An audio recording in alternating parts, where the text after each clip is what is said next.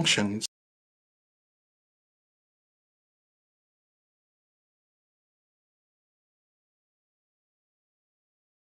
of the people of Africa.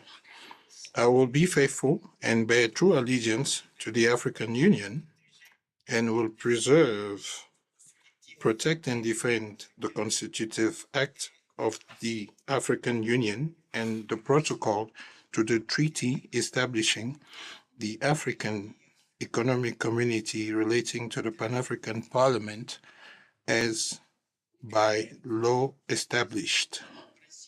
And I will promote adherence to the principles of good governance, democracy, human rights, international human rights law, peace, stability, and all objectives of the Pan African Parliament. So help me God.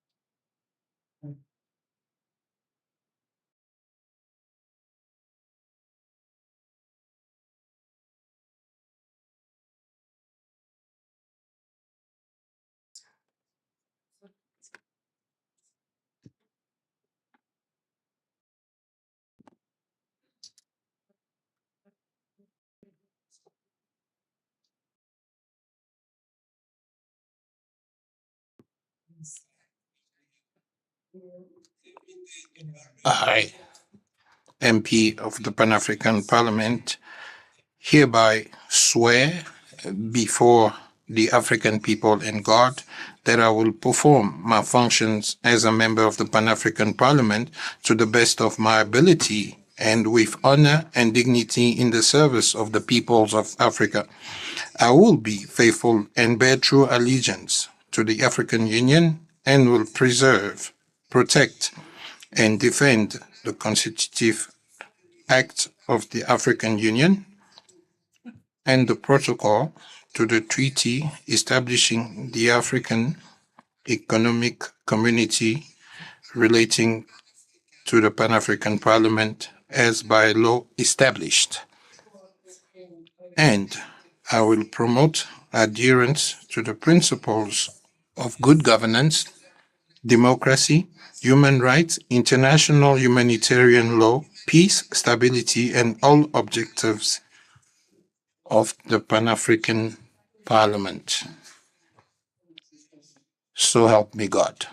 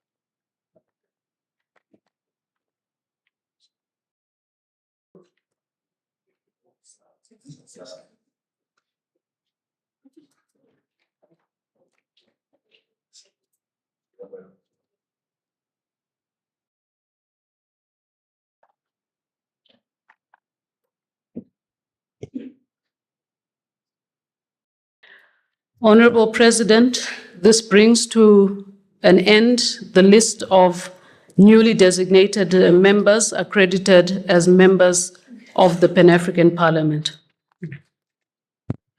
Thank you. We can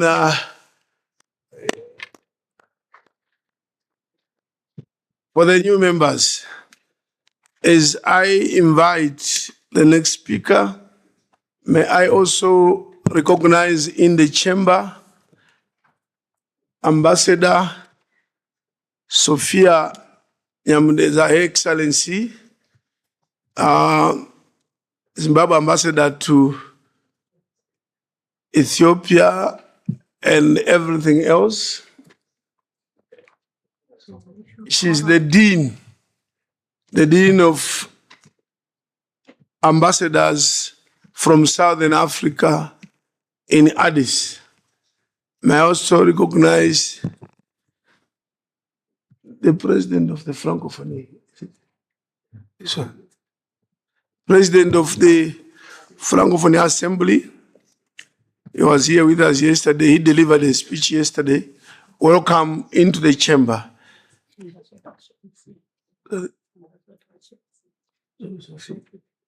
I've already, I didn't know, yes. So I now invite His Excellency Ambassador George.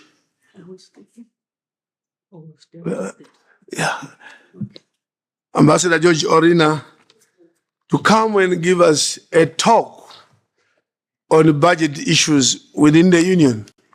You are welcome to the podium.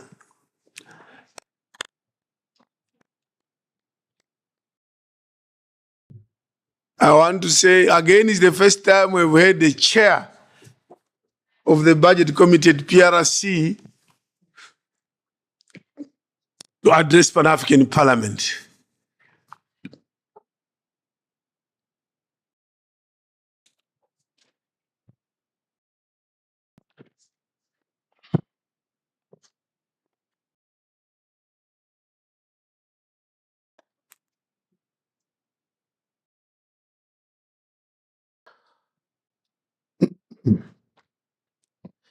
Your Excellency, Honorable Chief Fortune Charumbira, President of the Pan-African Parliament.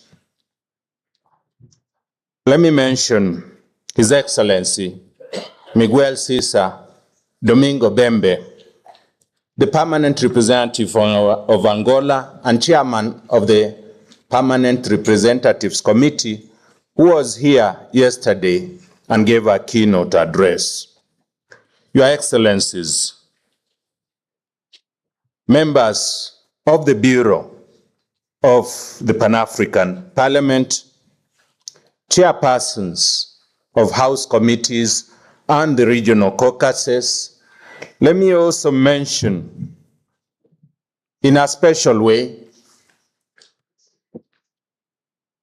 my larger family, the delegation of Kenya to the Pan-African Parliament, led by Honorable Senator Dunstan Mngatana, we call him back home Mulamamba. Distinguished guests, ladies and gentlemen, a very good morning to you all. From the outset, I wish to express my sincere gratitude to His Excellency Chief Fortune Charumbira, the distinguished President of the Pan-African Parliament and the leadership of this hallowed institution for the invitation extended to me to come and share with you some of my reflections on the financing of the African Union. I want to indicate here that I'm the Ambassador Permanent Representative of Kenya, and indeed I'm the chair of the committee with a long, PRC subcommittee with a long name. It's a subcommittee on general supervision and coordination of budgetary, financial, and administrative matters. It's a great honor for me to have an opportunity to share with members of this august House my reflection on the issue of financing of the African Union. And as is customary, and as a proud African, a son of Kenya, but a proud citizen of this continent, I did not come alone. I was accompanied by my lovely wife, Monica, and my sons, Neville and Jaden. Thank you. I am delighted for the honor and opportunity accorded to me to address this august House and to interact with the membership of this Parliament, who I hold in high esteem. You are all great men and women who have been specifically called at this opportune time in history to the service of our peoples and our nations. Indeed, the Pan-African Parliament, as an organ of the African Union, occupies a high position as the voice of the African people within the continental architecture. As the elected representatives of the African people in your various countries, you carry the lofty aspirations and ambitions of the current and future generations. That aspiration is for an Africa that is united, peaceful, and prosperous. PAP has a very important role to play in the realization of the principles and objectives of the Constitutive Act of the African Union, the effective implementation of Agenda 2063, and in securing the place and voice of Africa in global affairs. To you all, the membership and leadership of this august House, I say, you have a historical responsibility and duty to the African people. And I'll repeat that. To you all, the members of this House, you have a historical responsibility and duty to the African people. Your continual commitment to this cause will give weight and will drive the clarion call of one Africa, one voice, even as the continent seeks to play a more constructive and assertive role in the councils and organized activities of all humankind. Mr. President, honorable members, to be an African is to have global responsibility. However, for our people, to honor their global obligations, and to participate effectively in today's rapidly changing world order, we must have a sound continental architecture and robust institutions that galvanize and fortify our domestic configurations for effective global engagements. Our continental institutions, structures, and overall architecture must be adaptive and sensitive to the rapidly changing and knowledgeable African demographic, both within the continent and in the diaspora. Honorable members, distinguished guests, ladies and gentlemen, allow me to underscore 3 measures that I consider pivotal in this regard. 1, first, we must be willing and ready to finance our own priorities, and I'll speak to that at length. I have had the singular honor as Kenya's ambassador and PR to the AU to preside over the Union's 2026 budgetary preparations. As the chair of the PRC Subcommittee on General Supervision and Coordination of Budgetary, Financial, and Administrative Matters, I have had an in-depth appreciation of how the effectiveness of our union and therefore the aspirations of our people are impacted by the quality and quantum of resources that we deploy. We become only as effective as we are able and willing to fund our programs and activities and to deploy the best of our sons and daughters to implement Agenda 2063. This was the vision and commitment articulated by African leaders during the 25th Ordinary Session of the AU Assembly held in the beautiful city of Johannesburg, which I believe is in the neighborhood, in 2015. You will recall, distinguished members, that during that assembly in 2015, our heads of state and government adopted the historical decision on the self-financing of the African Union.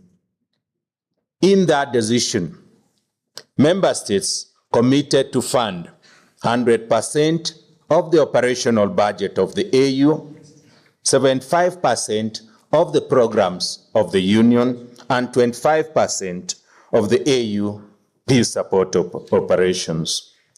Excellencies, allow me to quote none other than His Excellency Antonio Guterres, the current Secretary General of the United Nations, who only just last month in June 2025, during the 4th Financing for Development Conference in Sevilla, Spain, stated, and I quote, "This conference," and it was a conference on financing for development, and this is what he said, "This conference is not about money. It's about investing in the future we want to build together." In financing the African Union, we must take heed to these words. It is important to reflect on this call by the UN Secretary General. When funding a common agenda, focus should lay on the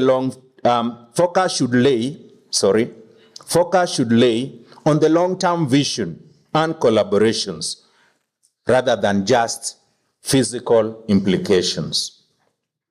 It may appear financially burdensome, but then again, we are investing in our collective future.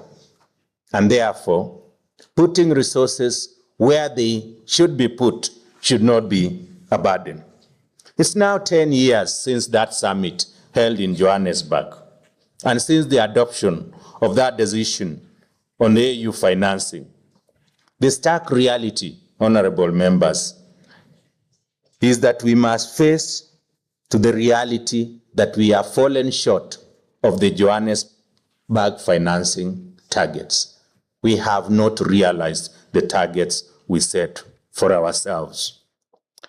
The urgency for the African Union to finance its programs and activities is also heightened by the shifting geopolitical landscape. Excellencies, yesterday, during the keynote address by the chairperson of the PRC, he did indicate the state of play that we are confronted with. The conflicts in Europe and the Middle East, coupled with emergent political developments that promote insular agenda, the residual impact of COVID-19 and other pandemics, and the resultant economic downturn have all combined to destabilize the traditional strategic partnerships that have helped us to fund our programs. Indeed, you will recall that only this June, the NATO summit held in The Hague, leaders of NATO pledged to invest 5% of their gross domestic product on defense spending. The impact of that, or the import of that, is that it will further shrink the financial resources available for peace and security and other humanitarian needs outside of the NATO zone. Basically, we are on our own. Honorable members, ladies and gentlemen, the state of play today sounds all too familiar. Just like during the COVID-19 pandemic, these developments across the globe have strained development and humanitarian aid flows into Africa. They have disrupted global supply chains. They have exposed vulnerable groups such as women and children in conflict. They have eroded peace-building initiative. Unfortunately, they also threaten to reverse the critical development gains made by countries in transition or undergoing post-conflict reconstruction in our continent. The issue of financing of the African Union is therefore more than just missing the Johannesburg targets on self-financing. It is an existential challenge to the continent's human and economic development and an acute threat to regional and continental peace and security. This then demands of us, as a parliament, as policymakers, as leaders, to be at the forefront in articulating a human security-based approach to financing our union and the development of our continent. A new urgency is required to mobilize continental responsibility and action to finance our union. His Excellency, Dr. William Samoei Ruto, President of the Republic of Kenya, and also AU champion for institutional reform, spoke to this agency in February this year during the AU summit. As champion of AU institutional reform, His Excellency President Ruto proposed the convening in 2025 of a special summit on AU reforms to consider, among others, the issue of financing the African Union. In preparation for that summit, His Excellency the Champion also proposed the holding of an extraordinary joint session of the Executive Council of the African Union, composed of ministers of foreign affairs, and sitting together with ministers of finance. The big task for that joint sitting is to consider new modalities for financing of the African Union. Why do I raise this, honorable members? I raise this because we have an opportunity. You have an opportunity, honorable members of this parliament. You have a golden opportunity to contribute to this important debate on how best we can finance our union and ensure that institutions, including this august house, have the requisite resources for them to carry out their mandate as prescribed within the protocol that established the Pan-African Parliament. Honorable members, ladies and gentlemen, the second issue I would like to speak to is the competing national priorities and how that impacts the financing of our union. I wish to remind us that our African Union is an organization whose membership is all developing countries. We also remain painfully aware of the reprehensible legacy of colonialism, which was characterized by wanton resource exploitation and racial subjugation of the African people. The common colonial legacy in Africa is an unfortunate societal and institutional features in our nations. The colonialists left our nations broken. These were the existential predicaments that confronted our leaders at independence. They were saddled with the heavy responsibility of nation building under the most extraordinary settings, and with the global order and international financial architecture that was wired against Africa. To date, the global system remains non-responsive to the unique circumstances of our continent. Hence, Africa's legitimate push for the reform of the international system, including the reform of the UN Security Council that His Excellency the President of this Parliament spoke to yesterday. As we applaud the progress made in Africa, indeed, we have made progress in our various countries. We are cognizant of the fact that some of the challenges from the colonial era persist to date. These are reflected in the ever-growing catalogue of domestic needs that most time outpace the national resource capabilities. The increasing resource requirements at the national level invariably impact members' ability to fund the budget of the Union. Member states are increasingly forced to navigate the delicate balance between financing of national obligations, which are present and near, versus continental commitments, which represent our common and collective agenda for development. This is the debate that my colleagues, including the distinguished Ambassador Sophie of the Republic of Zimbabwe, and who is also the Dean of the Southern Region, are confronted with on a daily basis as we discuss matters of budget at the African Union. A clear indicator of the state of affairs is the fact that the AU budget for 2026 financial year is approximately 10% of the budget that was approved for the year 2020. Excellencies, members of this House, I will repeat that the budget of the AU for 2026 is 10% lower than the budget that was approved for the AU in 2020.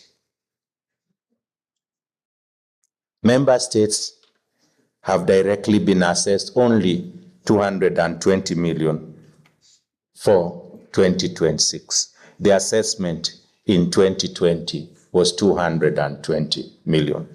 If we take all factors into consideration, including inflation alone, it will be self-evident that we are still dealing with an austerity budget. Member states' capacity to pay has been impacted by geopolitical and other contemporary developments, coupled with growing domestic needs and constrained resource bases. Nonetheless, there is need to appreciate that our continental agenda directly contributes to our national obligations, which then calls for nuanced and intricate balancing between financing our national obligations and funding our common programs at the African Union. Honorable members, ladies and gentlemen, thirdly, I'd like to speak to the issue of the reality of multilateralism and how that impacts our financing of the African Union. Allow me, ladies and gentlemen, to quote the late Dag Hammarskjöld, a former UN Secretary General, who stated, and I quote, "The United Nations, the epitome of our multilateral institution, was created not to take mankind to heaven, but to save humankind from hell." I want to say here and now that since we are not in hell, it follows that multilateralism works. In quoting Dag Hammarskjöld, I want to speak to the pragmatic and essential role that multilateralism plays in global affairs. We are cautioned against the temptations of reverting to narrow nationalism when it comes to addressing common challenges. With the current ongoing challenges and the dilemmas of funding domestic versus continental needs, there is a growing appetite to adopt an insular approach when it comes to addressing matters of global concerns. However, from the unpleasant memories of the COVID-19 pandemic and the recent geopolitical experiences, it's abundantly clear, ladies and gentlemen, that we have to stand together as Africans. The current global geopolitical configuration calls for us to collectively invest in our future. If we seek to successfully exploit global opportunities, this will also dovetail appropriately with the attainment of our respective national priorities. In doing so, honorable members, we shall not only be reaffirming the value of multilateralism, but we shall also be reinforcing the centrality of investing in our common future for the advancement of the welfare of our peoples. Honorable members, ladies and gentlemen, as an active participant in the budgetary process of our union, allow me to conclude by giving an insider's perspective. The reality of the matter is that since the convening of the 25th Ordinary Session of the Assembly of the African Union in Johannesburg in 2015, we have created many vital and significant institutions, offices, and organs within our African Union. These have attendant financial implications. The new institutions we have created since 2015 include, but not limited to, the African Continental Free Trade Area, the Africa CDC, the African Humanitarian Agency, and IMEC, to name but a few, all of which play a critical role in the attainment of Agenda 2063. The reality is that we have established these institutions, yet our funding has remained a challenge. Since 2020, we have had COVID-19. We have seen the conflicts in Eastern Europe and in the Middle East. We have seen the emergence of narrow nationalism, among other occurrences of global significance. Our economies have continued to shrink, while our union has continued to expand. It is with that realization that the Assembly established the Committee of 15 Ministers of Finance to assist in the implementation of an effective budgetary process at the African Union. With the development of 9 golden rules of financial management and accountability within the AU, we have somewhat tried to close the gap in our finances through implementing austerity measures and enhancing accountability, efficiency, effectiveness in the sound management of our limited resources. Still more is needed if we have to strengthen the union's financial health to enable us better pursue our goals of a peaceful, secure, and sustainably developing continent.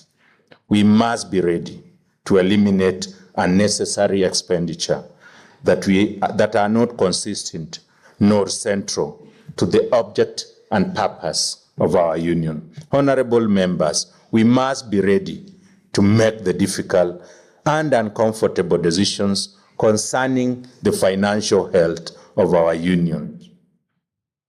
As members of our national parliaments, I'd like to give you a challenge, Excellencies, if you allow me, that when we get back to our parliaments, I'd like us to be at the forefront in seeking that we enhance our funding to the African Union, because it's only then, when resources are set aside for financing our union more effectively, that we can get resources to deploy to the Pan-African Parliament so that it is able to function effectively and implement its mandate to the full.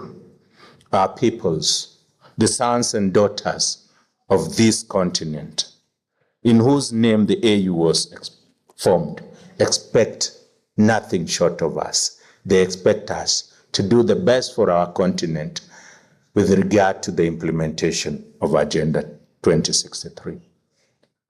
I thank you for your kind attention. Shukran, muchas gracias, muito obrigado, merci, thank you. Niabonga, asanteni sana. Thank you for your kind attention.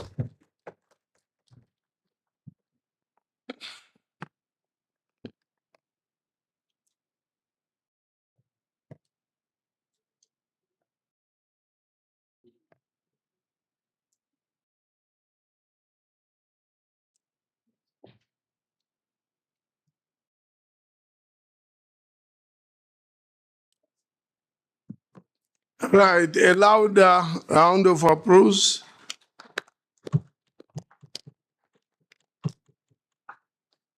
This is a rare opportunity for PAP and a first that we interact directly in this chamber with those that make decisions on the allocations of the budgetary finances of the African Union, and the chair himself has spoken.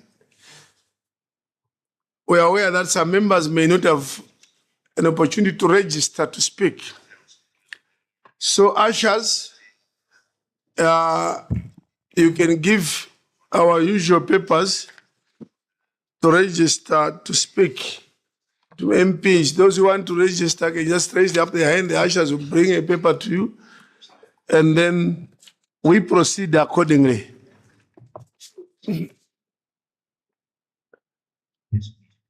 Excellency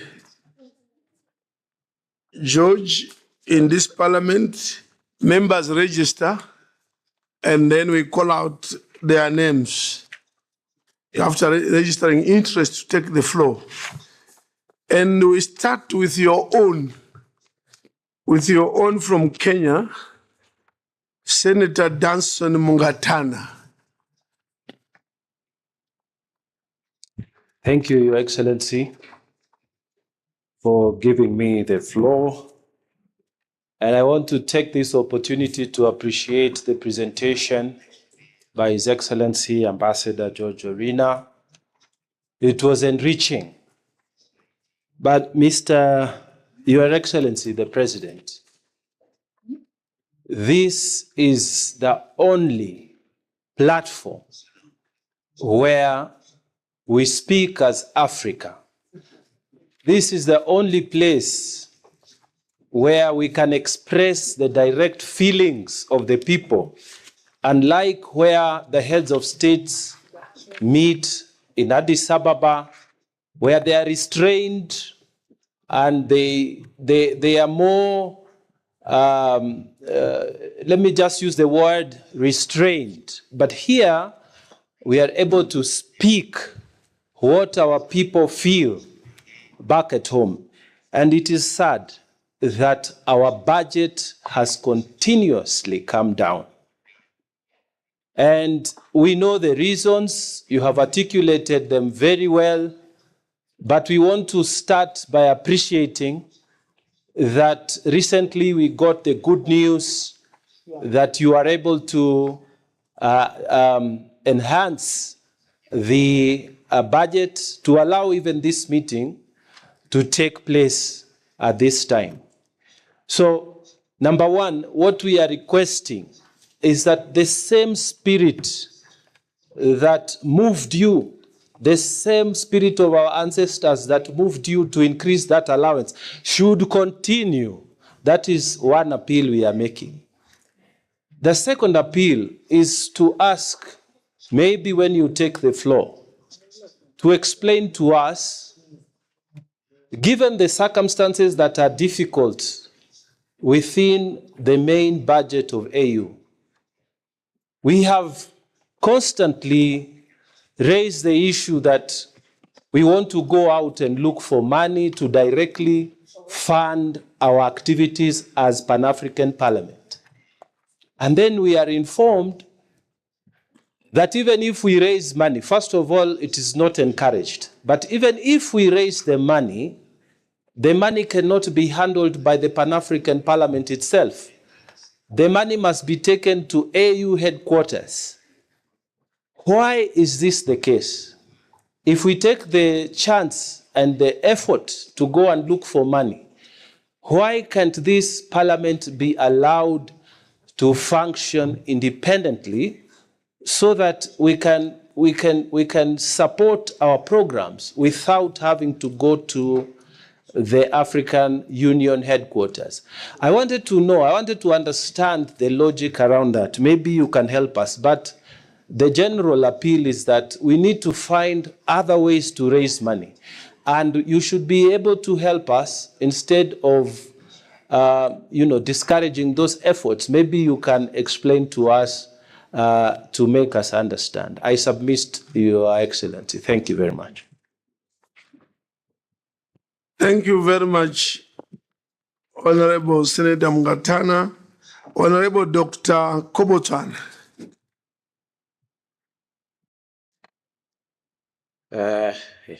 Your Excellency, Chief Jarumbira, President of the Pan-African Parliament, honorable members, Motion, yes. distinguished guests,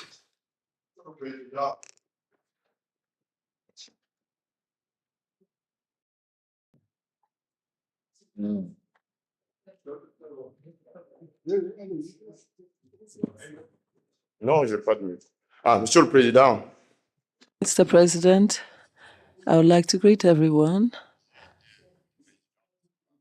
I've been President of Parliament. I don't know whether the procedure has changed.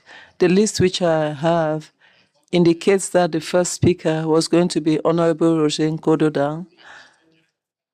We move straight to the second. If the standing orders or the procedures have changed, then I may need to get clarification on that, because I have a list. The senator is supposed to be the second, if I'm not mistaken. Thank you. You don't need to be a former president of PAP. You can put your mic, yes. You don't need to be a former president of PAP in order to know that you are the first. Just say your name was registered number one.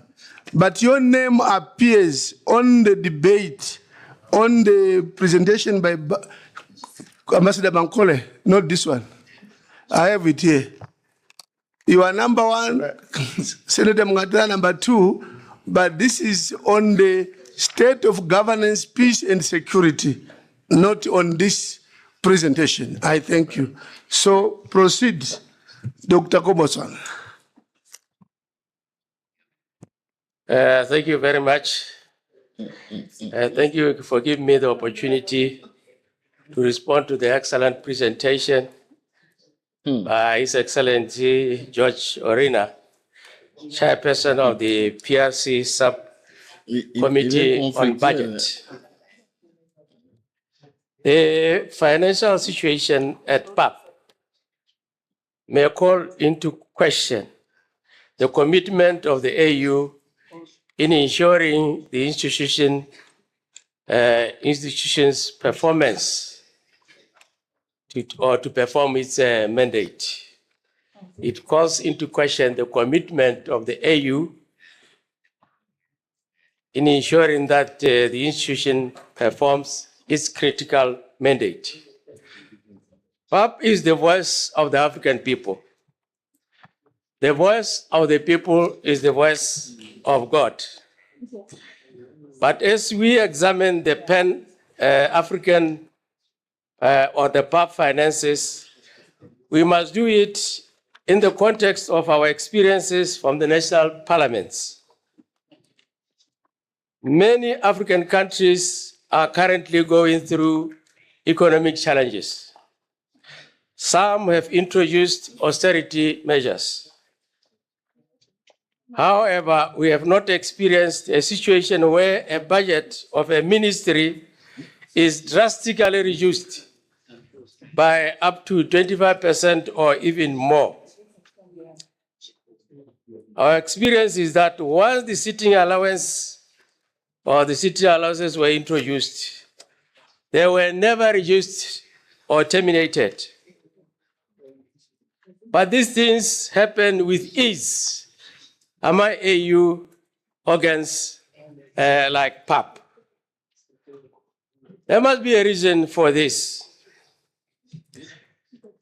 At our national parliament, we have public accounts committees, PAC, which are transparent in the manner they conduct their business. They sit in public. Let us introspect and ask ourselves why we are, whether we are prudent. Ask yourselves whether we are prudent in the manner we manage and account for our budgets. On Wednesday, the Committee on Audit and Public Accounts, CAPA, shall present the PAP financial report for debate and endorsement. Why does CAP sit in secrecy, unlike our PACs in our own countries? Your guess is as good as mine. What am I saying? I am saying, let us clean our house to enhance the integrity of our systems. Let us inspire confidence from the AU and other development partners. Today, we are supposed to start this session at 900 hours. We only started 1 hour, 25 minutes later. And yet, we want to be taken seriously. Good luck, and thank you.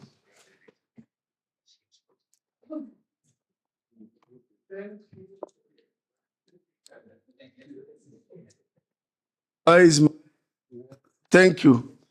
Honorable Aleta Borges, Angola.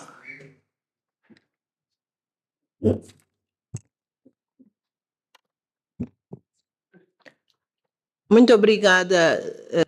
Thank you, Mr. President, for giving me the floor.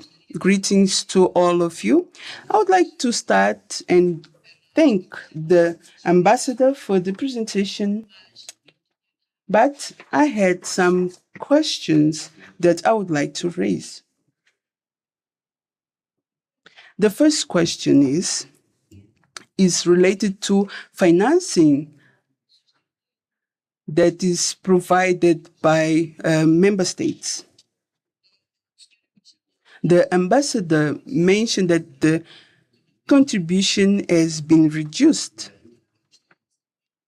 And I would like to know what measures are being taken to ensure the fulfillment of all the financial contribution of member states. And we as African MPs, what kind of advocacy we should do in our countries? The second question is related to the implementation of the decision in Kigali in 2016 that there will be a fee of 0.2% that should be charged in all imports. Up to now, this is not being implemented. So most of the countries have not implemented this decision.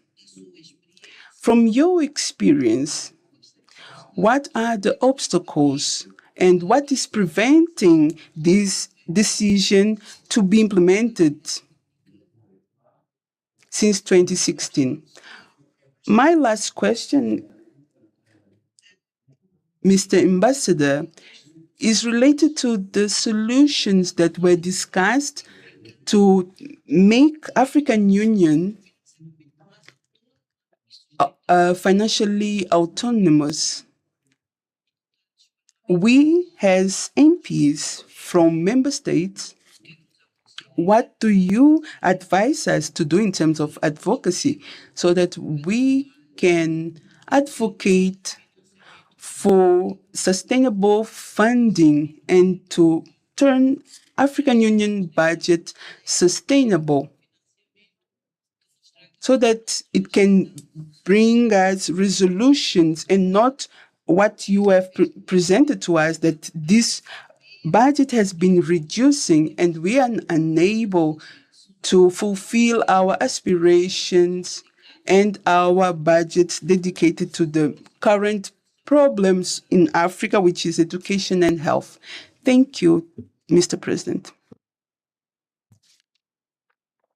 Thank you very much, Honorable Newton Samakai.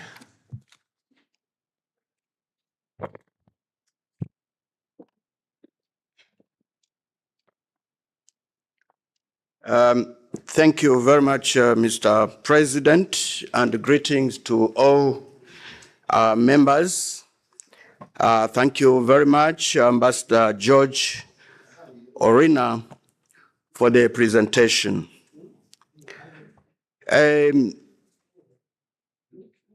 Citizens of Africa, may I preface my contribution by demystifying the belief that our circumstances, the circumstances that we find ourselves as Africa, is because of the colonial legacy. And I don't want to believe that myself, because most of our countries are 60 years old. 60 years the colonialists left us. And 60 years down the line, we cannot continue to blame the colonialists. How are they going to look at us? And it's shameful for us to be fronting this belief. It's shameful, really. We have failed to take control of our natural resources, and that is the only cause. The other cause is that we just haven't opened up amongst ourselves so that we can have intra-trade within Africa. That is what is leading to the problems that we have. The moment we open up, the moment we take resources, the control of these resources, and demand that which we deserve, our circumstances gonna change.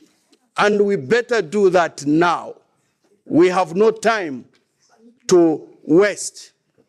We have a lot of minerals, gold, copper, platinum, name it, timber, name it, water resources. All these are being exploited for a song by the same colonialists.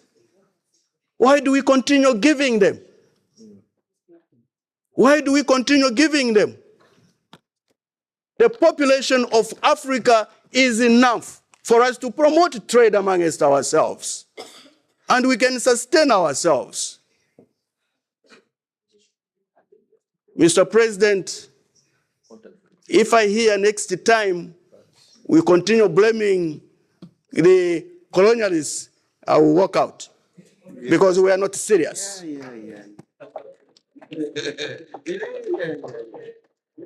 I will walk out because we are not serious. Rich people blaming poor people outside the African continent. What a shame.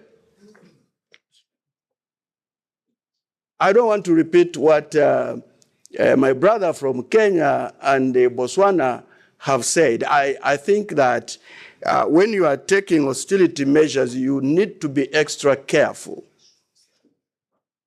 because the measures you may take may lead to inefficiencies. And this is what you are seeing in the Pan-African Parliament, what you saw this morning, and that's what has been happening even in the past. Thank you. I really regret what is happening to my continent. Thank you very much. Thank you very much, Honorable Roger Nkodo Dang. Monsieur le Président, merci de me passer la parole. Thank you for giving the floor, Mr. President. I'm sorry if I'm coming back to what happened earlier. I'd like to understand, Mr. President. I was lucky to work with Ambassador George. I think he's in Addis Ababa in the second time. An institution without memory is doomed. Mr. President, I'm here with you. You're one of the oldest MPs in the Pan-African Parliament that was developed or set up in 2004. You were one of the founding fathers, and I joined you in 2006. The issues we are raising, Mr. President, if you go back in time, our young colleagues will understand that so many things have evolved. The issue of funding of the African Union has always been an issue, a major issue, and this directly impacts the funding allocated to PAM. Today, my friend, the ambassador, said something that it's somewhat difficult for our states, and the brother from the GRDC also buttressed that our respective states paid their contributions for the travel of MPs in the parliament, which is normal. Our states were exonerated from contributions to the Pan-African Parliament, that, like it happens in the other institutions in the Commonwealth and so forth. In addition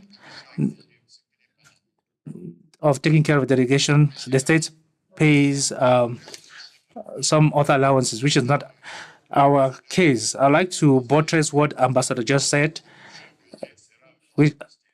according to which the next budget will be an austerity budget, and the Pan-African Parliament will once more be impacted. You raised an issue yesterday, and today you've come back, and you need to tell our colleagues who have arrived that in the Pan-African Parliament, we had session allowances. But what we'd like to know is, where has it gone to? Who is responsible for this? We are responsible. We wrote to Addis Ababa, and we told them that for political reasons, this person is using their DSA for campaigns, and that's why we were deprived. And for that to be reinstated, we need another advocacy. When we arrived here, Mr. President, you and myself, we worked in the same committee.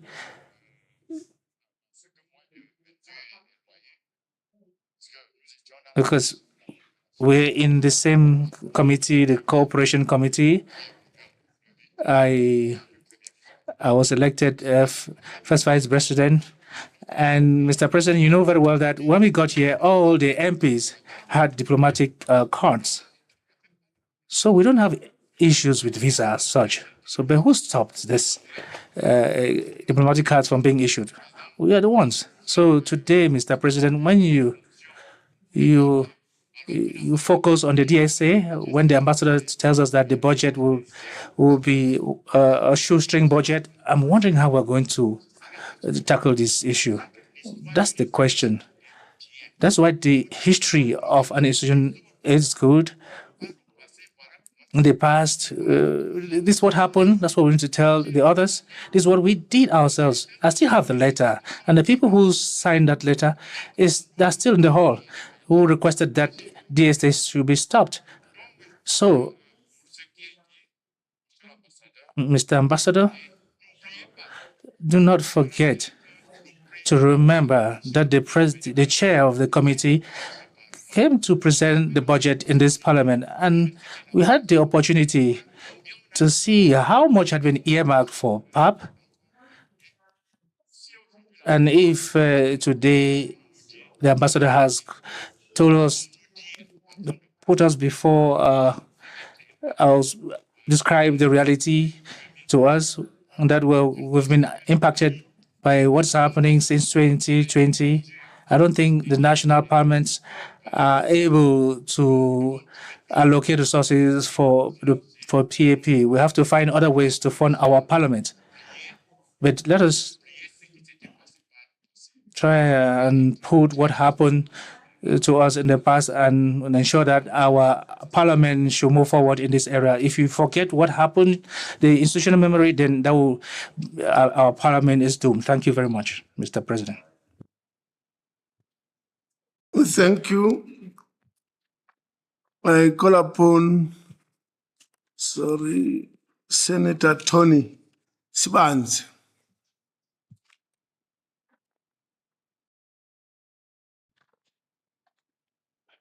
Your Excellency, the President, thank you for giving me the floor.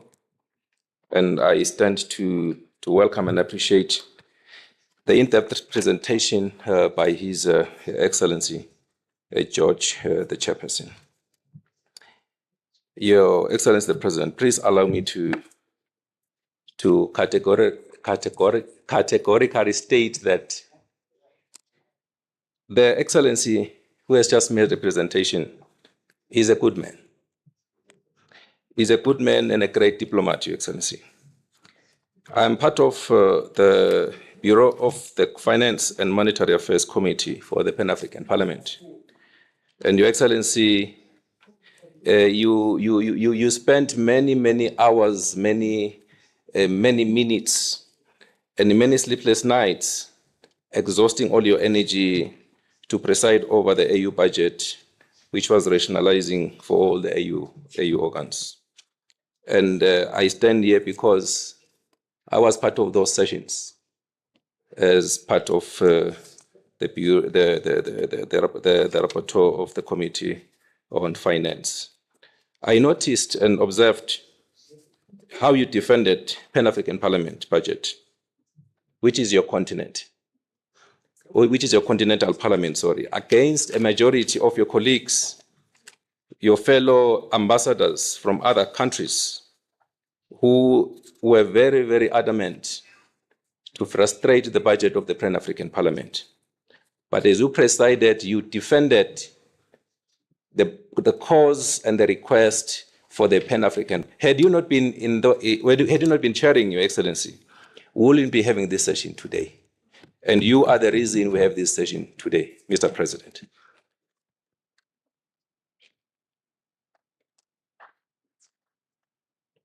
And Your Excellency, the President, I'm addressing His Excellency, the Ambassador, that I don't know how we can further assist the Pan-African Parliament, because if you can recall, Your Excellency, the Pan-African Parliament, through the decision of the Assembly, we were encouraged to present an extraordinary supplementary budget so that Pan-African Parliament can be able to execute its statutory functions. And we put a budget, an extraordinary supplementary budget of $5.8 million US, which was going to satisfy all the needs of the Pan-African Parliament for this financial year 2020. 2025. And we were only given $650,000 US. And as much as we appreciate the 650 because it enabled us to have this session, we are still sitting with a budget gap, Your Excellency. So please, I stand to request you, because you've demonstrated that you really want to support this Pan-African Parliament, that when we file our supplementary budget, ordinary supplementary budget, which is coming in the next few months, please lobby on our behalf, your fellow colleagues, to assist the Pan-African Parliament to get this adequate funding so that our missions and the Bureau can be able to do its function. Just to remind you, Your Excellency, what was submitted before you as maybe the reasons why the Pan-African Parliament is actually underwater in terms of the financial budget. We mentioned to you that the Pan-African Parliament is operating under the COVID budget, which you have acknowledged in your presentation, and we appreciate. And as a result, we have insufficient funding for biannual statutory meetings and committee meetings and plenary meetings, which is mandated by the PAP protocol.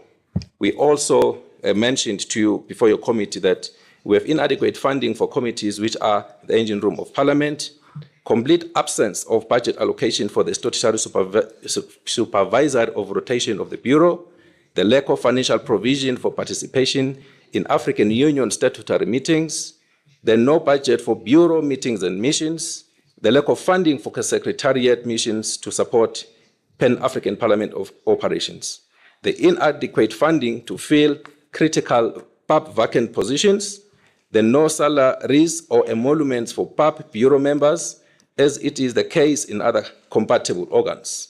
We also submitted before your committee that no allowances for PAP parliamentarians is in the discharge of their duties as enjoyed by Article 10 of the PAP protocol.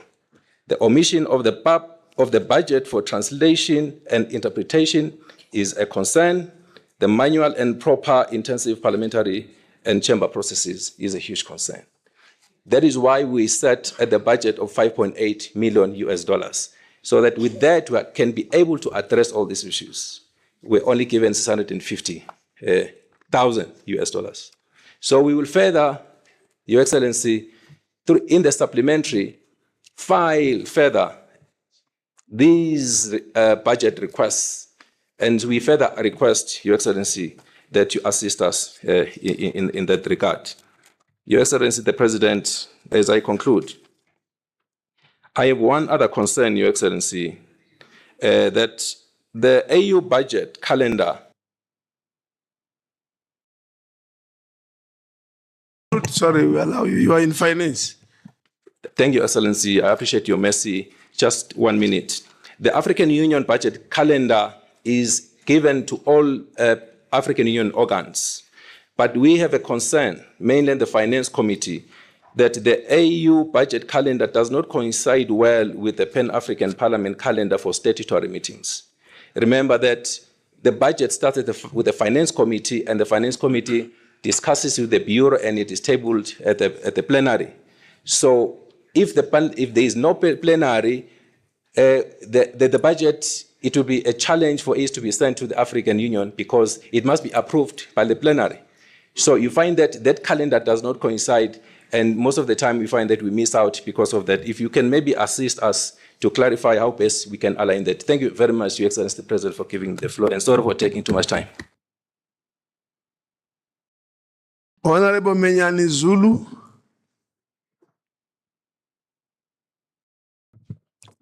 Thank you, Mr. President, and for giving me this rare opportunity to contribute.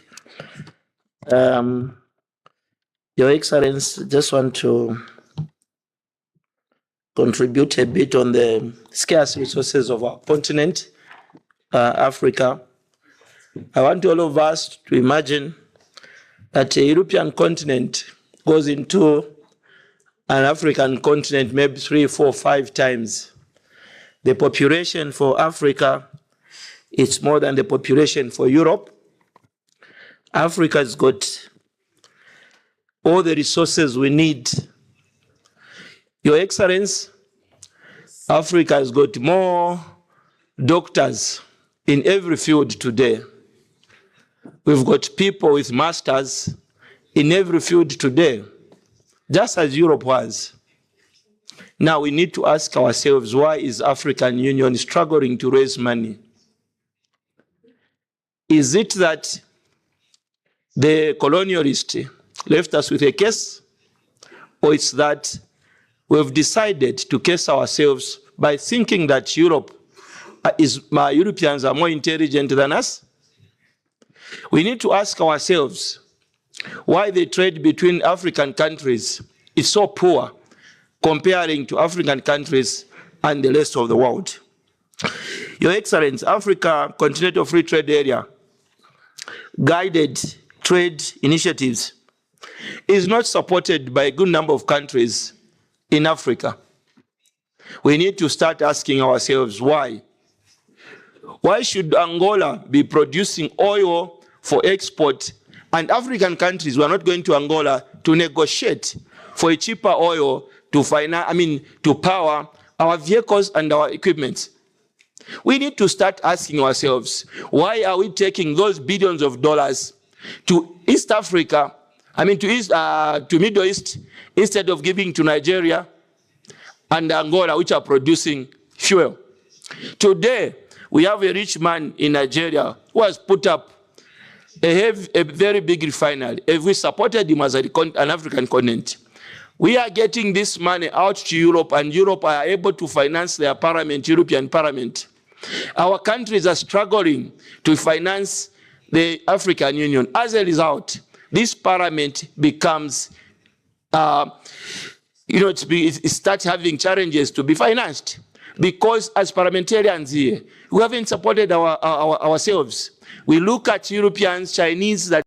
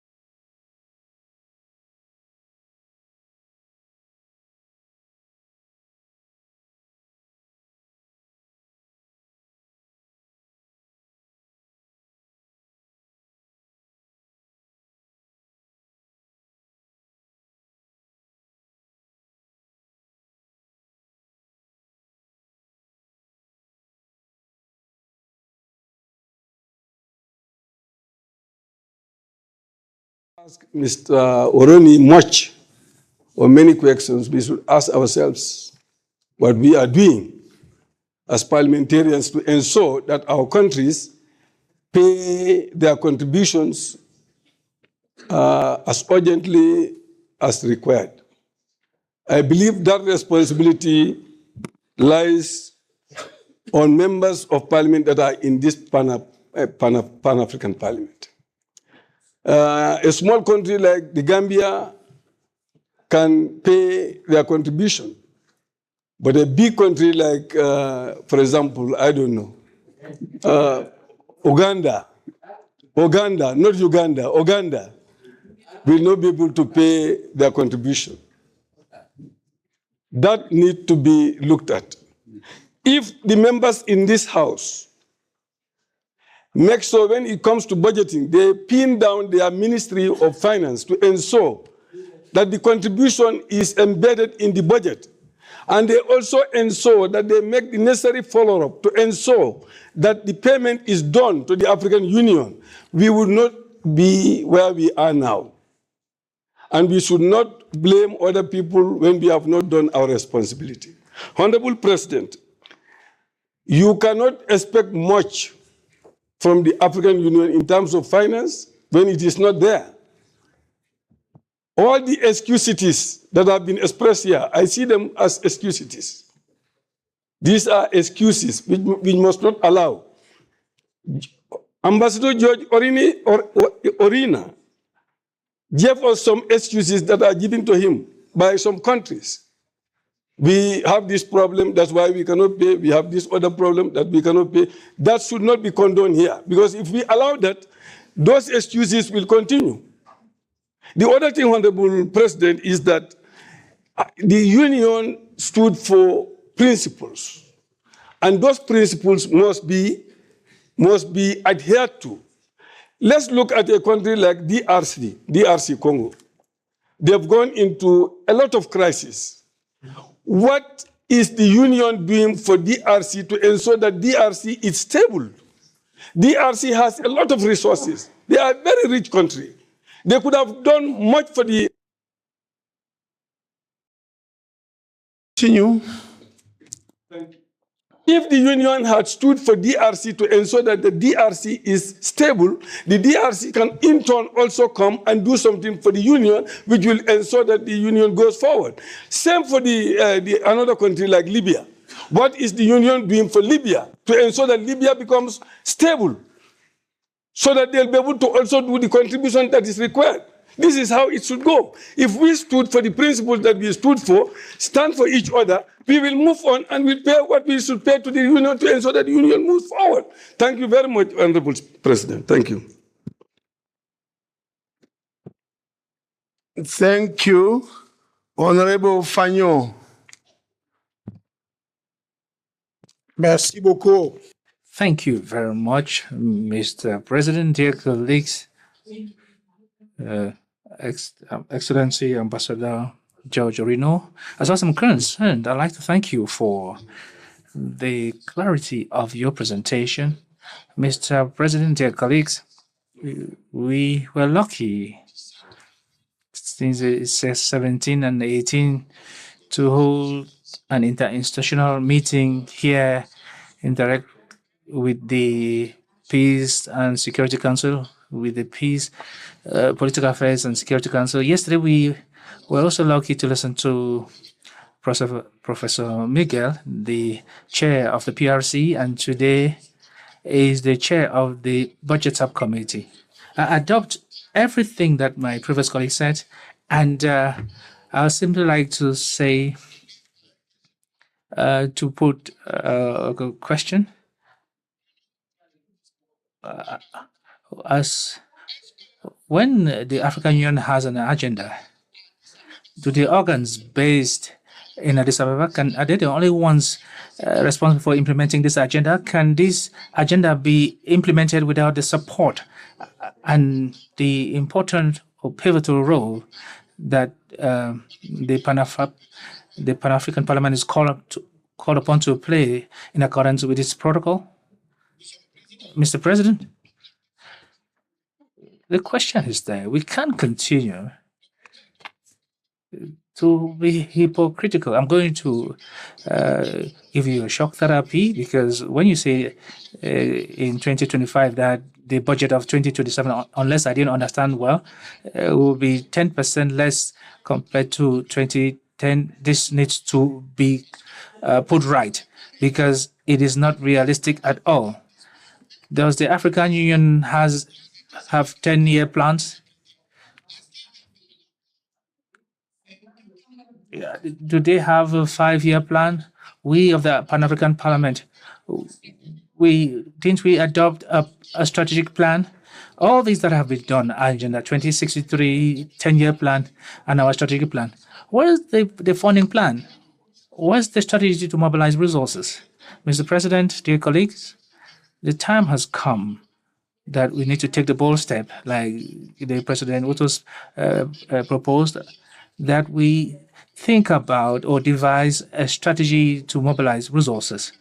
The Pan-African Parliament cannot be relegated to the background. You make us travel in economic class, and the and the staff traveled in business. This needs to be put to an end. This needs to come to an end.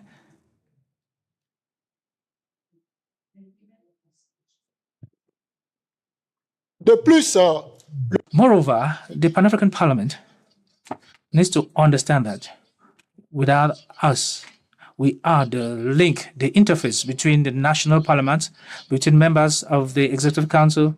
Each of us can talk to the Minister of Finance, Foreign Affairs. Please stop neglecting us. Stop relegating us to the background. Give us the minimum that we require for us to work and support our strategic plan. Give us the autonomy to mobilize resources. And don't put us in a tight spot. Thank you very much. We'll have time to discuss on the items of implementing Agenda 2063 and make other proposals. Thank you very much. Thank you. Honorable Mario Teixeira, Cape Verde.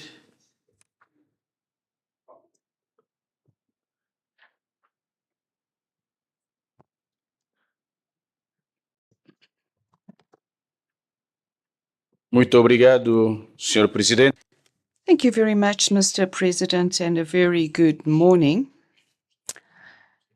to my brothers and sisters here with me today. And I would also like to thank Ambassador George for his presentation and for the manner in which he explained to us the financial situation of the African Union. Mr. President, Africa, our continent, is facing many innumerable problems.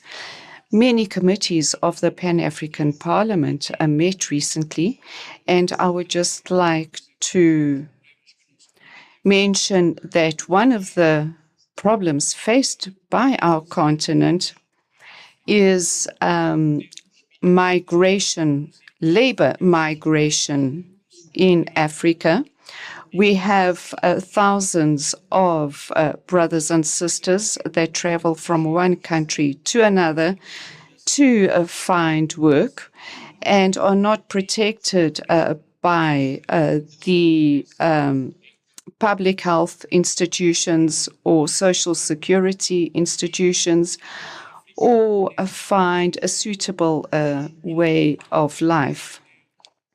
And that's why we developed a model law, and a very enriching model law, that can be implemented throughout the continent. But how can we disseminate that model law and continue with other initiatives in other committees unless we have the necessary funding? The funding of the African Union is a very serious issue that is of importance to all of us and requires a very firm commitment from all African governments and authorities. We have many brothers and sisters that depend on the work of the Parliament in order to ensure that their rights are assured. We have a very important role to play in supervising and monitoring, as well as preparing model laws to protect all our brothers and sisters. I would like to make several proposals, Mr. President. Firstly, strengthen the political commitment of our member states. And as concerns the Pan-African Parliament, it's important that it gives the member states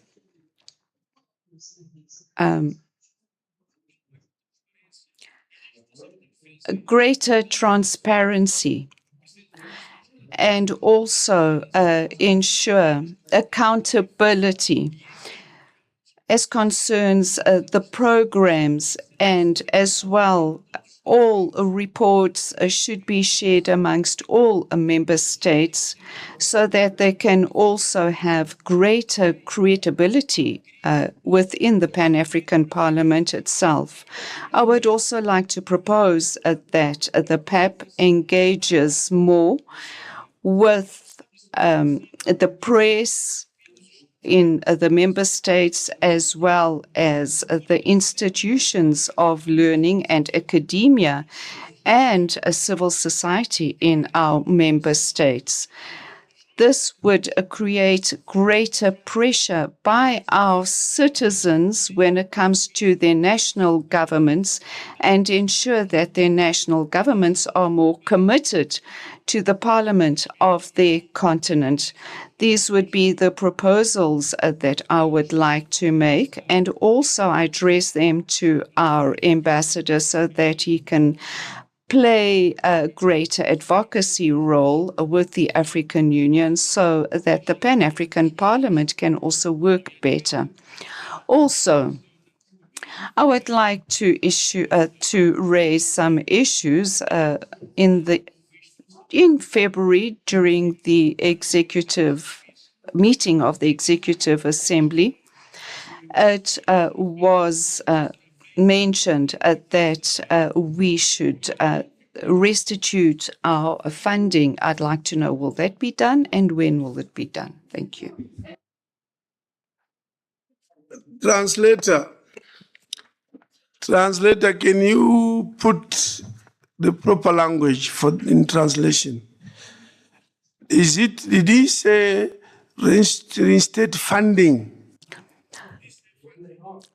Yes. I think it was funding, yeah. Okay, allowances. Right, sorry about that. What did he say? What did the MP say? Can you give us the correct interpretation? Did he say funding? The Executive Council decision said reinstate funding. Did he say funding?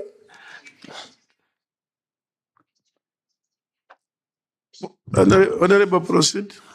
Subsídios, Sr. Presidente. Allowances. Thank you. Madam Interpreter, please concentrate. Concentrate, otherwise you are misleading us. Your interpretation was misleading. It avoided the sweet word of allowance and just said funding. Next, take the floor, Senator Honorable Sakata, DRC Congo. Merci, honorable président, pour la parole que vous m'accordez. Je serai bref. Les difficultés d'élever de...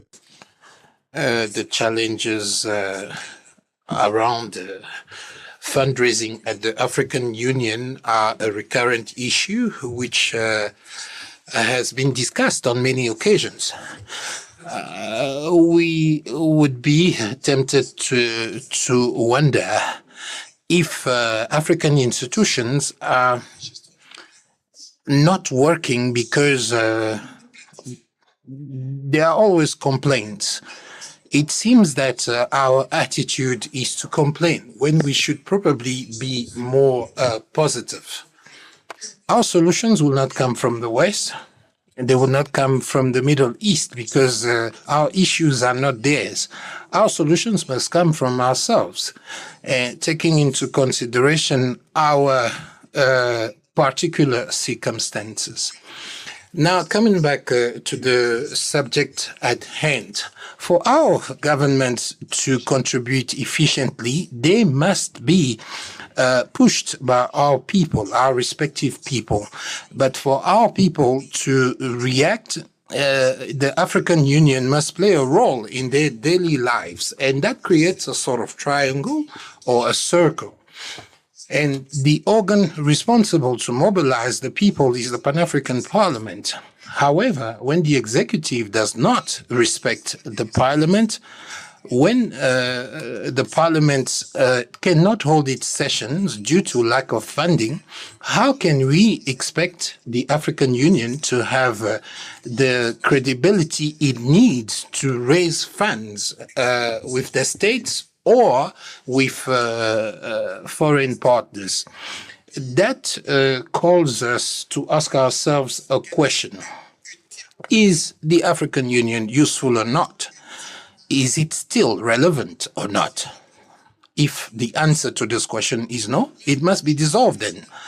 But in my personal view, when I refer to Kwame Nkrumah, Mandela, and great leaders of this continent, the African Union must continue to operate, but we need to be more bold and more independent and be more innovative in terms of looking for solutions to our issues. Thank you, Honorable President.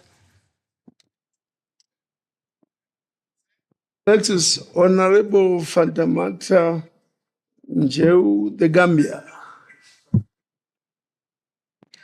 Thank you, Mr. President. Mr. President, I think my deliberation is going to be very short. It's just to remind the AU of the principles. Just order, Honorable, there's some phone. Okay, can you attend to the phone?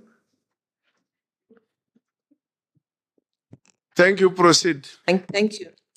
Mr. President, Article 4 of the principle says that the participation of the African people is one of the principles in the activities of the AU. And without proper budgeting to the Pan-Africa Parliament, how can the people of Africa participate in the activities of the AU? We are the direct representatives of the people. We are elected by our people to come and represent them at the AU.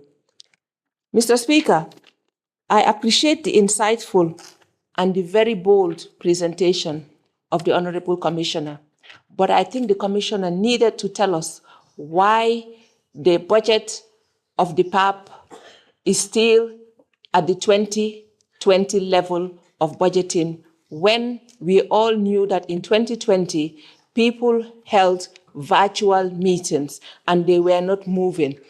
Mr. Speaker, I have thoroughly read the appeal from the PAP to the AU, expressing the need for the budget of the Pan-Africa Parliament to be increased. And it was very noble of the Pan-Africa Parliament to send that, yet it was totally disregarded, totally ignored. And you know what that means? It means that the AU have no regard to the people of this region, yet they are being paid by African countries. What is the priority? Is it not to get to include the people of the region? Mr. President, I think we shouldn't have held this session. This session was long overdue. When they released the funds, I think we should have returned the funds and say no until they give us a proper budget for us to convene when and if we need to convene, Mr. Speaker. It is in the article of the AU that the Pan-Africa Parliament must hold 2 ordinary sessions, and if need be, extraordinary sessions. And I think the AU should respect the Constitutive Act as well as the rules of procedures of the Pan-African Parliament. Thank you, Mr. Speaker. Thank you. You brought in a unique one. Return the budget back to Addis. Give us more money. Honorable Professor Margaret Kama, Kenya. Thank you, Mr. President, for giving me the opportunity. First, may I thank His Excellency George Orina, the chairperson of PRC, for his good presentation. And I observed a few things from his speech. I agree that we are only as good as the way we fund our programs. I also would like to accept the resolution of the presidents of 2015 as adopted by the presidents, that should be the driver of how we do things, that Africa must fund itself, because there are some things, if you ask a neighbor to fund you, they will fund you according to what they want. So I like that emphasis in his presentation. I also would like to agree with one of his statements that the AU has established very good institutions, and lack of funding is actually the shortcoming. And these are some of the things that we need to be discussing. He has given us a challenge that there is a golden opportunity for us to contribute to the new funding approaches, which I agree. Mr. President, I'm not going to repeat what colleagues have said. Very good contributions have come to the floor. So I'm only going to look at one thing: how the opportunity that he's challenging us on can be implemented. How members in PAP can go to their national parliaments and encourage an increase of budget to the AU. And I want to say one or two things. That for us, first, to be able to talk loudly about increasing the funding, we must talk about the performance of the AU in the current state. It is very important, therefore, and I would like to propose that the AU organs, PAP and PRC included, work together to build synergy, to avoid wastage, and to use the most efficient ways in spending the money we are currently using. Two, we must work transparently. Transparently, so that our... Proceed. Transparently, so that our national parliaments can actually see the value of the AUC itself. Mr. President, the role of Parliament to raise funds is okay, but unless we oversight the same funding that we are asking our national parliaments to give us, and in our rules, we have a committee that is supposed to be going through the budget that comes from the AU. Are we still going through that? If that is lacking, I would like Orina to tell us how we can discuss in the Kenyan parliament a budget that we cannot oversight.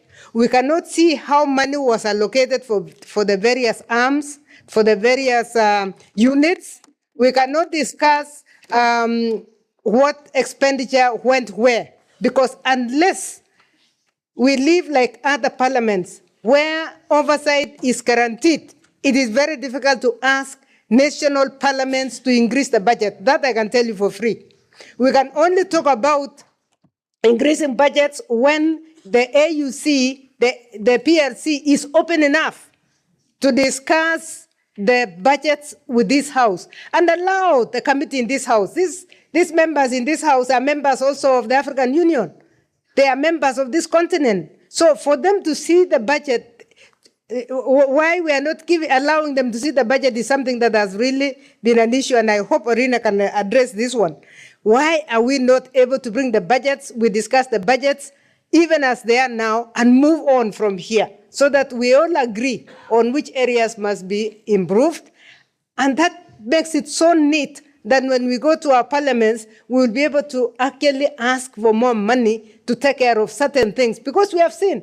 Otherwise, now, we don't even know what should have been seen. Thank you. Thank you very much, Mr. President.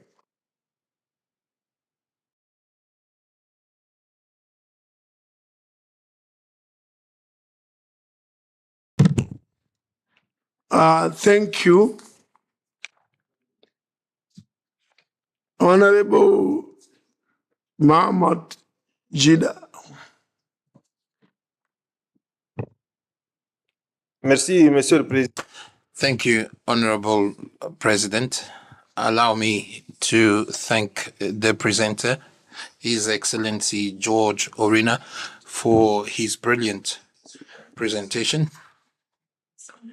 I would also like to take this opportunity to thank and congratulate our MP colleagues who have asked a very pertinent question about the AU and Pan-African Parliament budgets. Honorable President, I would like to start with the African Union. The presenter informed us that they are looking for resources. How come? I was quite surprised to hear that. And he has sent us back to our respective national assemblies to ask those questions. Which National Assembly did not adopt a law in their own jurisdiction to enable governments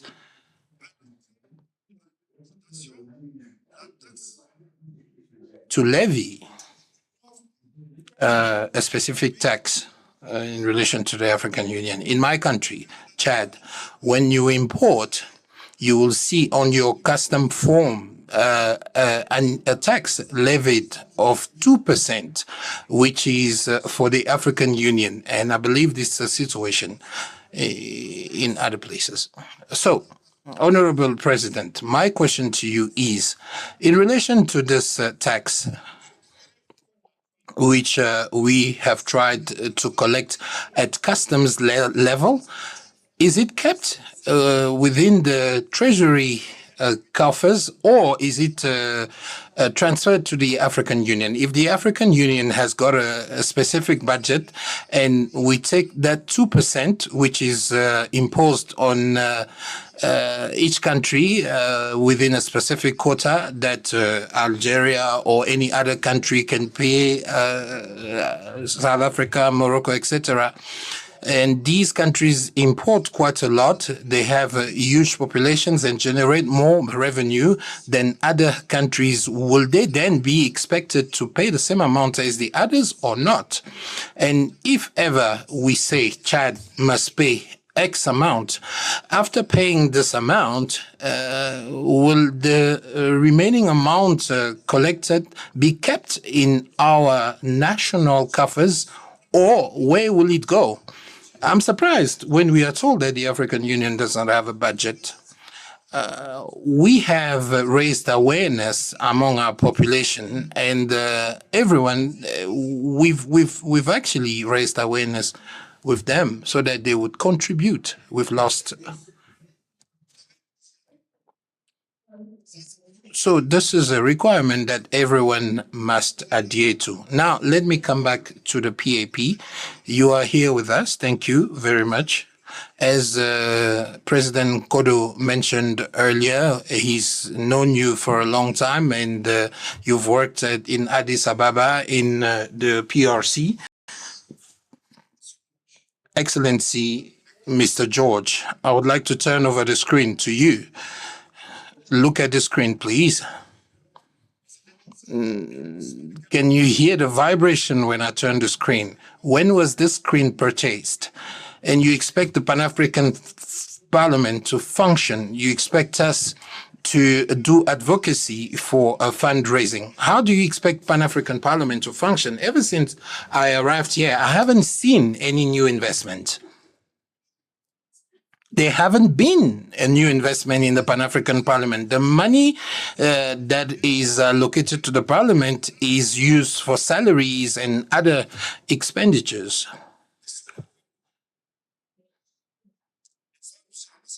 Excellency, Ambassador, I would like to repeat what was said by President Nkodo. Per diems are being discussed. The Bureau is discussing the issue of per diems. And it is our wish that in the September session, with your permission, the MPs, we hope, will have their per diems. Excellency, Mr. Ambassador, when I was here in 2013, I was replacing a colleague who had passed away. He was the head of this institution. I'm referring to President Idriss Ndele. We used to have insurance, but today no MP in this room is insured. No MP is insured in this room. When they go to the hospital, they have to pay out of their own pocket. And sometimes they don't even have transport. And in the evening, for those who are in Mercure Hotel in Midrand, they have to find a way to go to a restaurant when they want something to eat, or try to find someone to transport them to a restaurant so that they can have a meal. How can you expect people to come? We are given money and told that we have 2 weeks and we have allowances for 10 days. You are here, Ambassador. How long are you going to be here for? If you are asked to stay 2 more days, who is going to foot the bill? We've lost Honorable. The microphone is off. So, Ambassador, I have a lot of questions to ask.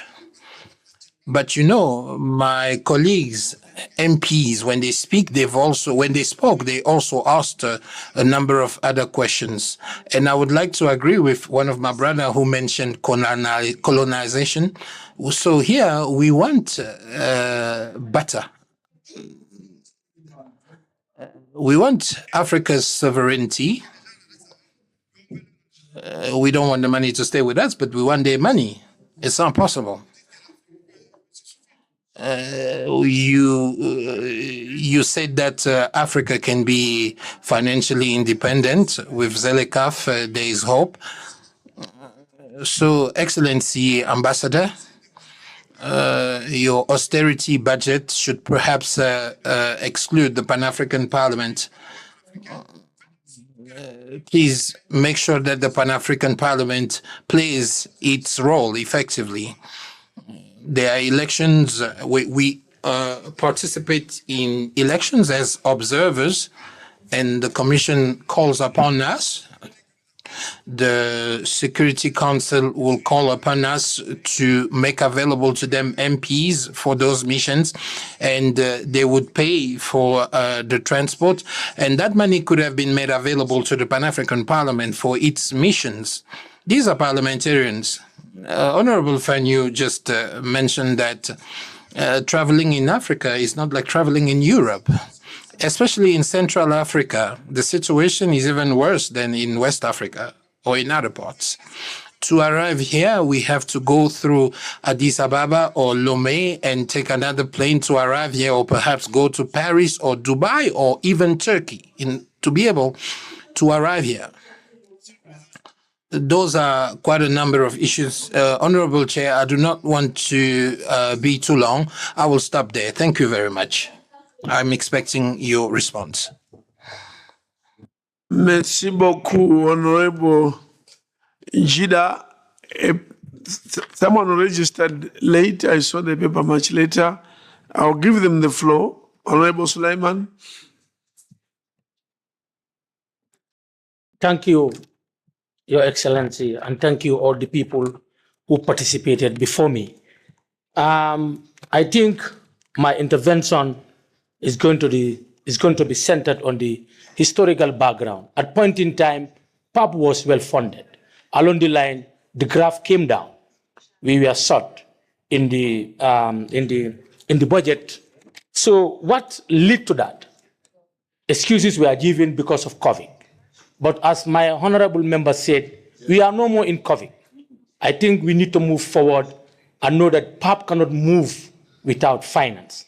And today is very important day that we have the people concerned among us here in this hall. There was a time we were talking to each other alone, but now the people concerned are here with us. Way forward, we want PAP to move. It's not time to blame each other, but a time to come together, to put the resources together, to make PAP a better PAP. We cannot just be backing, we cannot bite. Honorable President, our annual meeting twice in a year has never been fulfilling. Members want to see to it that we meet twice annually to do what we're supposed to do. We cannot do that with this kind of budget. Honorable Speaker, we want to participate in missions and meetings. You all know that the continent is not stable, particularly Sahel. What are we doing as parliamentarians? We plan to go to Guinea-Bissau to talk with the government. For how long they don't have a parliament? We cannot go because of funding. Burkina, Guinea, and other countries are under crisis. And we have other hotspot countries that are looming into crisis. What is Pan-African Parliament doing? We are making model laws. How can we popularize these model laws? How can we take PAP to the grassroots? Many people are asking, what is PAP all about? In fact, that house is a useless house. It needs to be closed because they don't know what we are doing. So it's high time these budget allocations are available for PAP to realize what they are doing. We talk of women empowerment. We talk of the women caucus. What are they doing? We talk of youths. How many youths are dying in the sea? And not only the youths that are now venturing into this journey, even the old people now are venturing into this journey. They are leaving the continent to look for a greener pasture. When we have a greener pasture in Africa here, we cannot harness it, we cannot talk to young people. So I think we are in a better position to see that there is a need for budget allocation. We don't mean to abuse or misuse these funds. We want to use these funds to realize our dreams, our goals.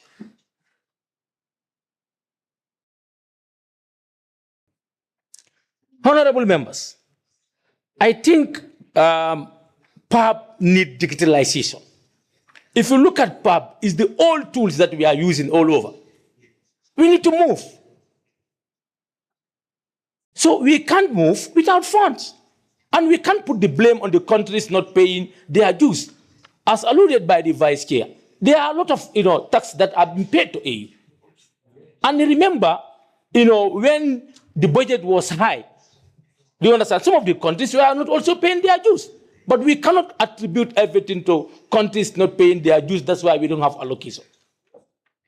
So what we need to do is the responsibility of all of us to see to it that if there are gaps in raising funds, we try to fill the gap. Or they give PAP autonomy to look for funding. Business would not be as usual. Thank you. Thank you. I now cede the floor to Vice President, Honorable Lucia Passos.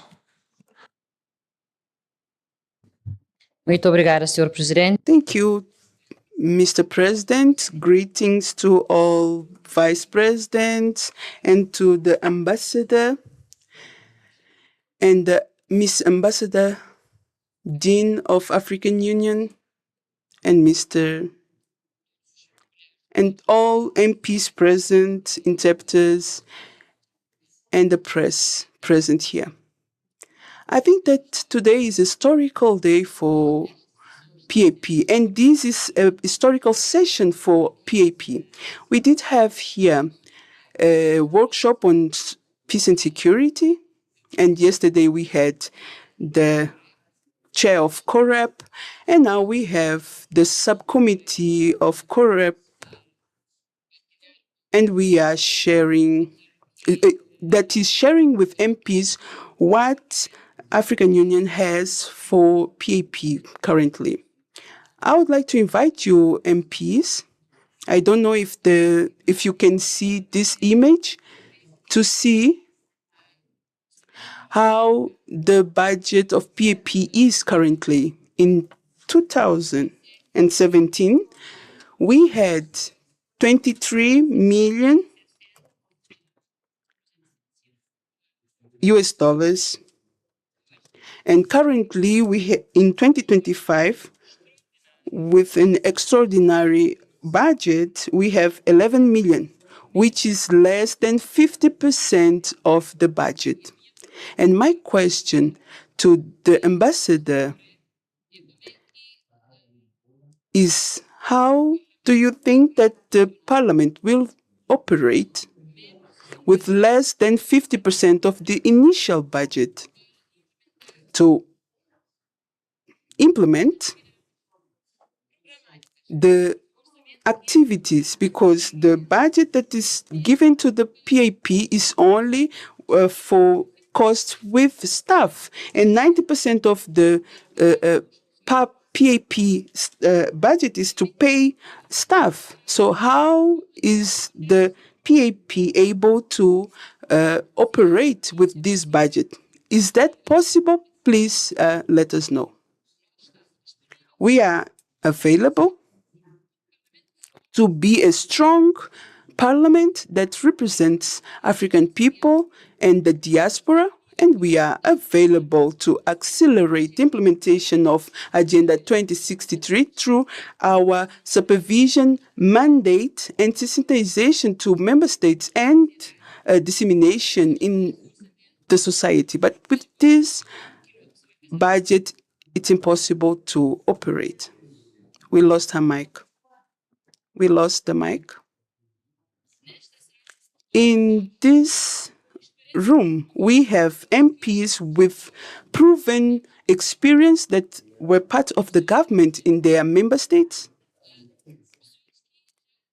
and people that were even speakers in their national parliaments and here. And in terms of capacity, we do have a highly competent parliament to implement its mandate that it's established in the protocol, and it's aligned with Agenda 2063. So we want to become a legislative parliament and not consultative. And we cannot accept that heads of state approve a protocol giving a mandate to the parliament, and the same heads of states or their ministers of foreign affairs do not present Malabo Protocol for ratification. So we need to find a solution together to ratify Malabo Protocol. To conclude, I would like to call for the ambassador to, in the sense that the MPs can receive up to September this year all the allowances, because this decision was taken in February and we are in the end of July.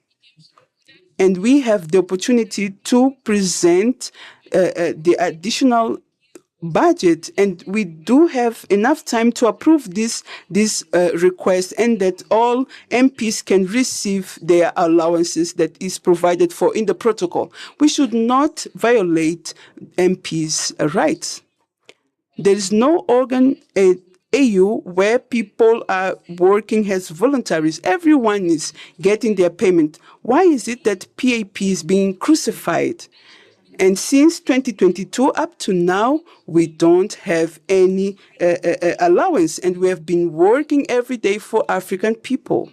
So that's why I request that your commission can work so that MPs can receive their allowances that were removed in 2021. Thank you, Chair.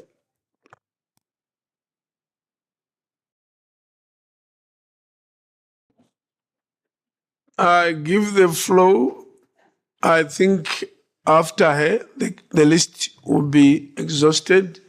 The first Vice President, Dr. Habib.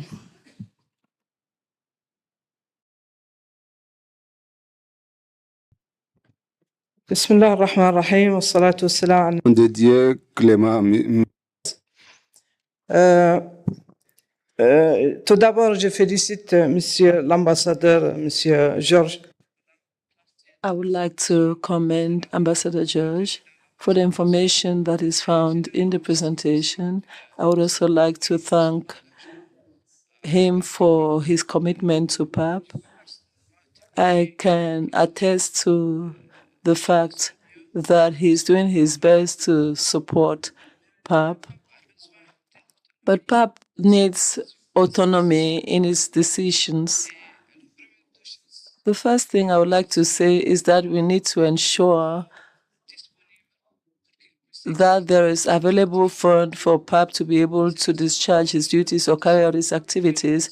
That's the only condition for PAP to be able to play its role fully in Africa. I think we need to be able to raise awareness of MPs so that they can raise funds. But for that to happen, we need to let PAP play its role, its primary role of oversight. So how can we prompt our countries to mobilize funds, whereas nobody knows how this money is being used at the level of the African Union? I think it is important for us, if we have a clear idea on what has to be done, if we have a clear idea on how funds can be mobilized and the contributions of our states, and if we are sure of the objectives which we have set, then we would be bound to support the African Union so as to be able to mobilize as much fund as possible or get as much involvement as possible at the national levels. This is an inevitable route for us to take to be able to promote Africa. Thank you very much, Chair.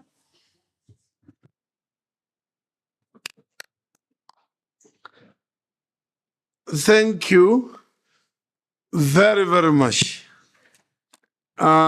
Two things can be observed. One, the overwhelming interest among members to debate.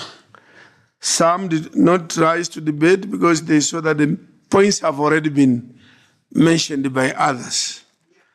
And then we did not apply the usual 3-minute rule because the issue of budget is about life and death. So we wanted to speak exhaustively.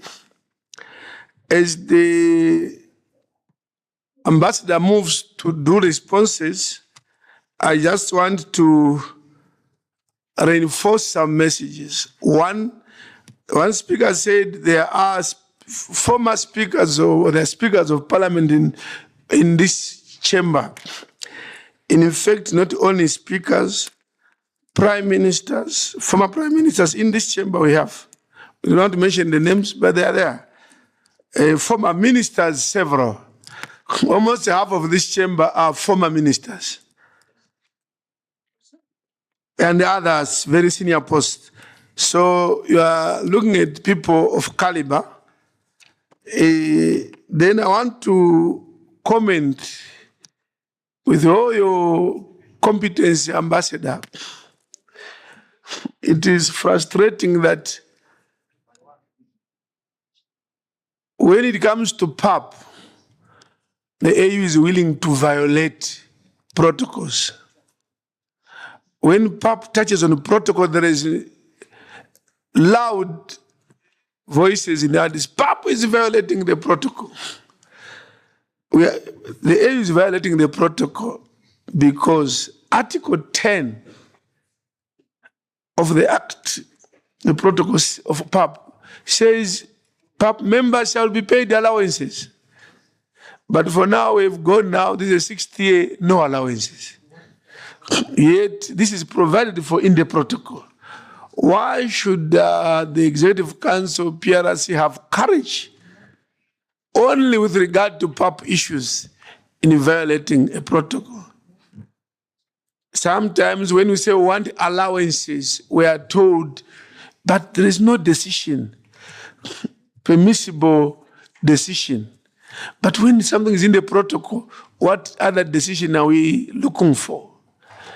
This year in February, the Executive Council said, give them the allowances. In other cases, I have sat in those meetings. In some cases, when such a decision is made, the AU, PRC, they make sure they find the money. They implement. With respect to PAP, they will say, no, we are still. As other members have said, I think we have a problem with attitude towards PAP. Can we respect the protocol? Can we respect the decisions of the Security Council? I now invite you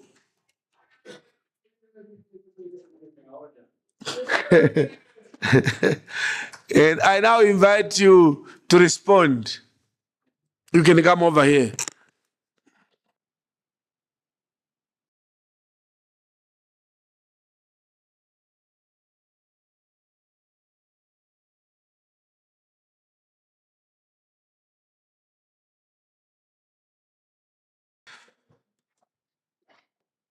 Once again, the President of this Parliament, my dear brother, my friend, Honorable Fortune Charumbira, the Bureau, and the honorable members of the Pan-African Parliament, let me start by saying that the issues that you have raised are pertinent, very pertinent, critical, and we have to find the answers to the questions that you have raised. Because in raising these questions, what has become so clear to me is your commitment to do that which the PAP protocol provides. You have what it takes to do that. The one impediment that has been mentioned by nearly all the speakers revolves around the issue of funding, and we must find a solution to that.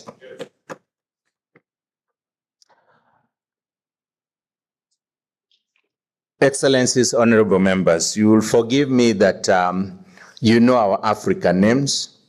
I am an African, and our African names are extremely rich. So if I manage to mispronounce your name, please forgive me in advance.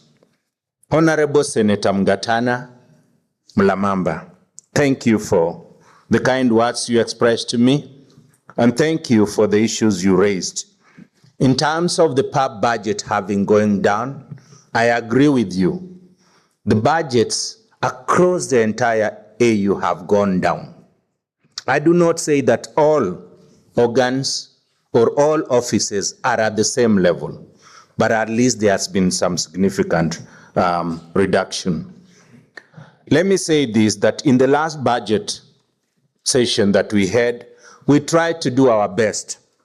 We were able to get within the supplementary budget, within the reserve fund, some $650,000 to support the holding of this session. I want to inform this House, because we have to work with numbers, that when we were having the session, and when I asked about the resources that we have in the reserve fund, we were told we have 4.5 million. Honorable Tony, Honorable Lucia, and others did participate in that session, and they did make your issues very, very clear to us. And try as we could, we were working with 4.5. It's a reserve fund. We have to leave some funding available in case there are emergencies. So we had to do our level best to see what could we do. And I want to be very open, because we have to be transparent. So from the reserve fund, we could only take out 2.3 million. 2.398 million. Of this, we had a crisis situation at the African Continental Free Trade Area Secretariat. We had a decision of the Assembly saying they were allocated 2.9 million and it's in the reserve fund. That's the Assembly telling us. But when we went to the reserve fund, if we gave 2.5 to AfCFTA, then there'll be nothing to give to anybody else who has urgent needs, including PAP. We negotiated that and gave 1.2 million to the AfCFTA Secretariat, based on the decision of the Assembly. With the balance that was left, we gave 650 to PAP, 250 to the Office of Secretary of the Commission, and 298 to CEDAW. So we gave PAP the lion's share of the balance that we had. Is that enough? I'll say no from this podium. Not because I'm here, but it's the truth. It wasn't enough. Can we do more? The committee or the subcommittee that I lead has said, let's look at supplementary budget and see what is in the coffers, because we'll work on the basis of what is in the reserve fund, because supplementary budget is not new assessment on member states. It is based on what is available in the reserve fund. We'll try and see what is there. We'll work with your leadership to see what can be availed. Our commitment is this, and I speak because I know the Dean is here. Whereas I cannot promise you what the subcommittee will do, but the commitment I can make is that PAP will have an opportunity to present its case to the membership, and the membership will have an opportunity to determine how we proceed on the basis of the request of PAP. Allow me to stop there on that. Why can't PAP seek support of partners? That's a question again that was raised by Honorable Ngatana. I want to say this, that in 2015, when the Assembly met in Joburg, just down the road, one of the things they said is, we want the AU to be self-financing. And for us to be self-financing, we have to fund 100% of our program, 75% of 100% of our operational budget, 75% of our programs, and 25% of our peace support operations. To effect that, we started the Peace Fund so that we can deal with the issues of peace support operations. And for the budget, both program and operation, we implemented the 0.2 levy.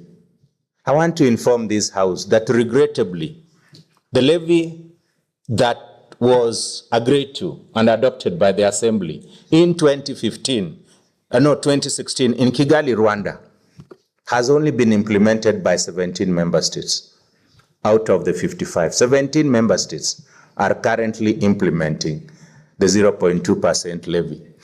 For the delegation from Kenya, please know that Kenya is among the 17. Actually, it was the first of the 17. As we speak, a number of countries are looking at implementing. I want to say to the delegation of Senegal that the process is very advanced, and I hope that it will be completed soon. Senegal will be number 18. Chad has implemented. I can't mention all the countries that have implemented, but only 17 so far. Senegal is on the way. The others have not implemented. I can tell you without fear of contradiction, none of the countries in the northern region have implemented. Do I want to say the same about the southern region? The same. It's the same. So, colleagues, we have work to do. But what are the reasons? There are countries that came. I was in the debate. Former President Roger said it. We were in these discussions from way back in 2016. Some countries told us, even as the decision was adopted in Kigali, they can't implement because of their obligations, WTO obligations, and their own special agreements with various countries. Yes, many countries have own bilateral or at regional level, they have special agreements. And because of that, special access agreement, they said we cannot implement, but what we will do is we will pay our dues. And I want to say that the countries of the southern region, central region and others, that said we will not implement, but we will pay our contributions when they are due. They have kept their word. So we do not have a challenge necessarily on member states paying their assessed contribution every year. What we have is a challenge with member states assessing themselves annually. So they pay, but they say we'll only pay 200 million. But the requirement is about 350. So that's where we have the challenge. It's not about member states paying their annual contribution. It's about member states saying, our limit for this year is 200 million. We are not being assessed much more than that. So we have a budget for 2025 that is in the region of 792 million.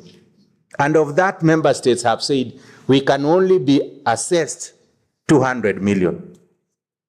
We can only bring from our reserves. We have various reserves, women fund, peace fund, maintenance fund, and other funds, another 69 million. So in total, 269 that you can ascribe to member states. What does that mean?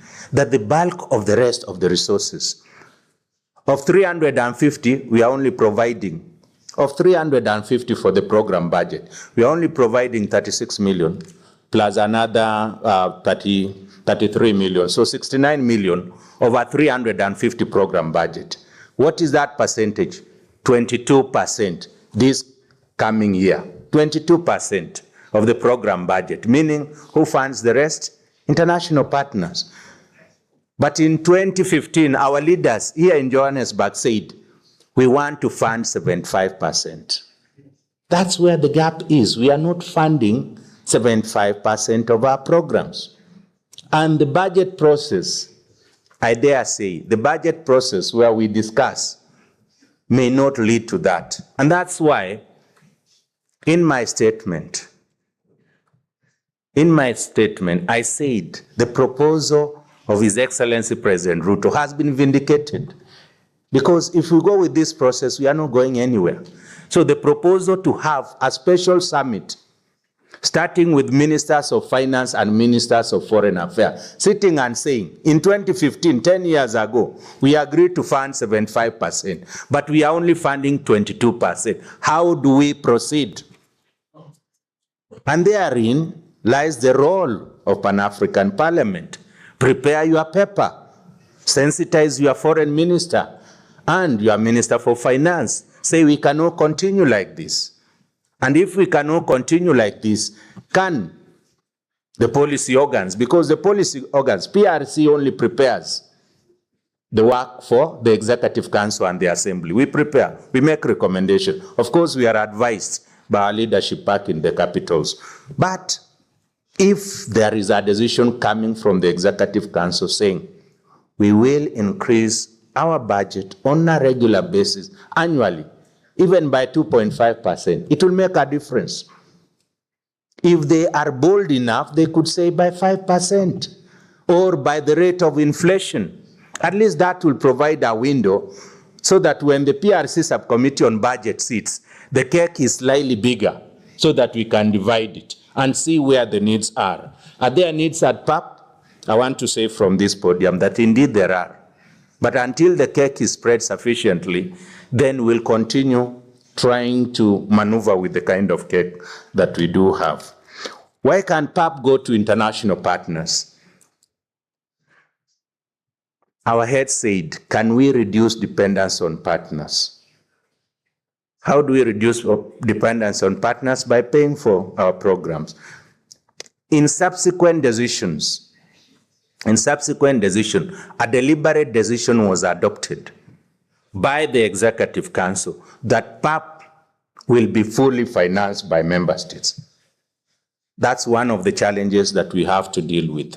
We have to go back to the Assembly and say, it has proved that even with our commitment to fund PAP, we have not realized that. Is it possible for us to open a slight window to allow PAP to access funding from partners? But that decision can only be made by the policy organs, either the Executive Council or the Assembly. How can we make that decision easier?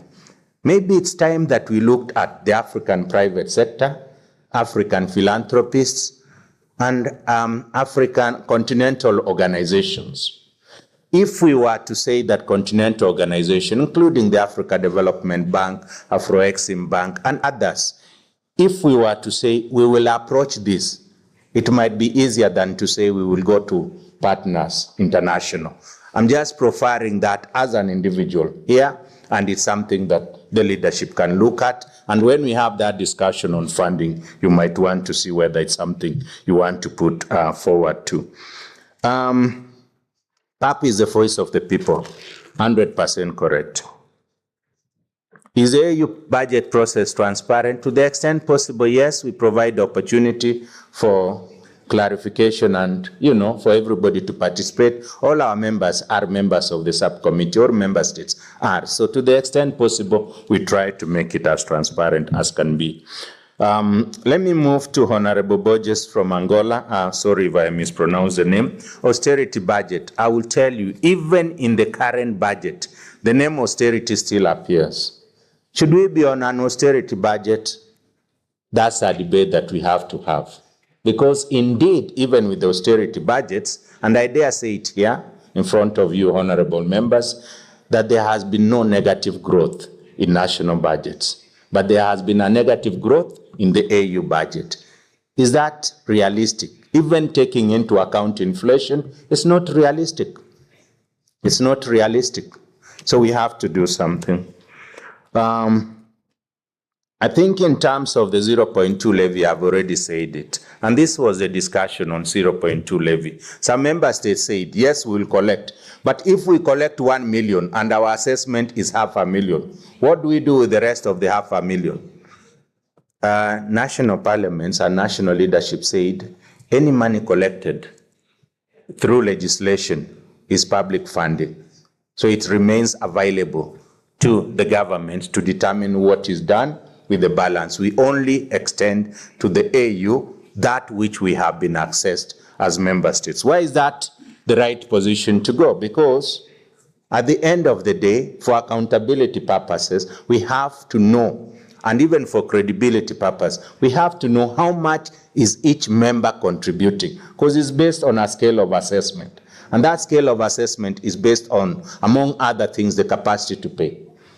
And that capacity to pay is determined by our gross national product, GNP and GDP, or GNI, as we want to call it. So that determines how we pay.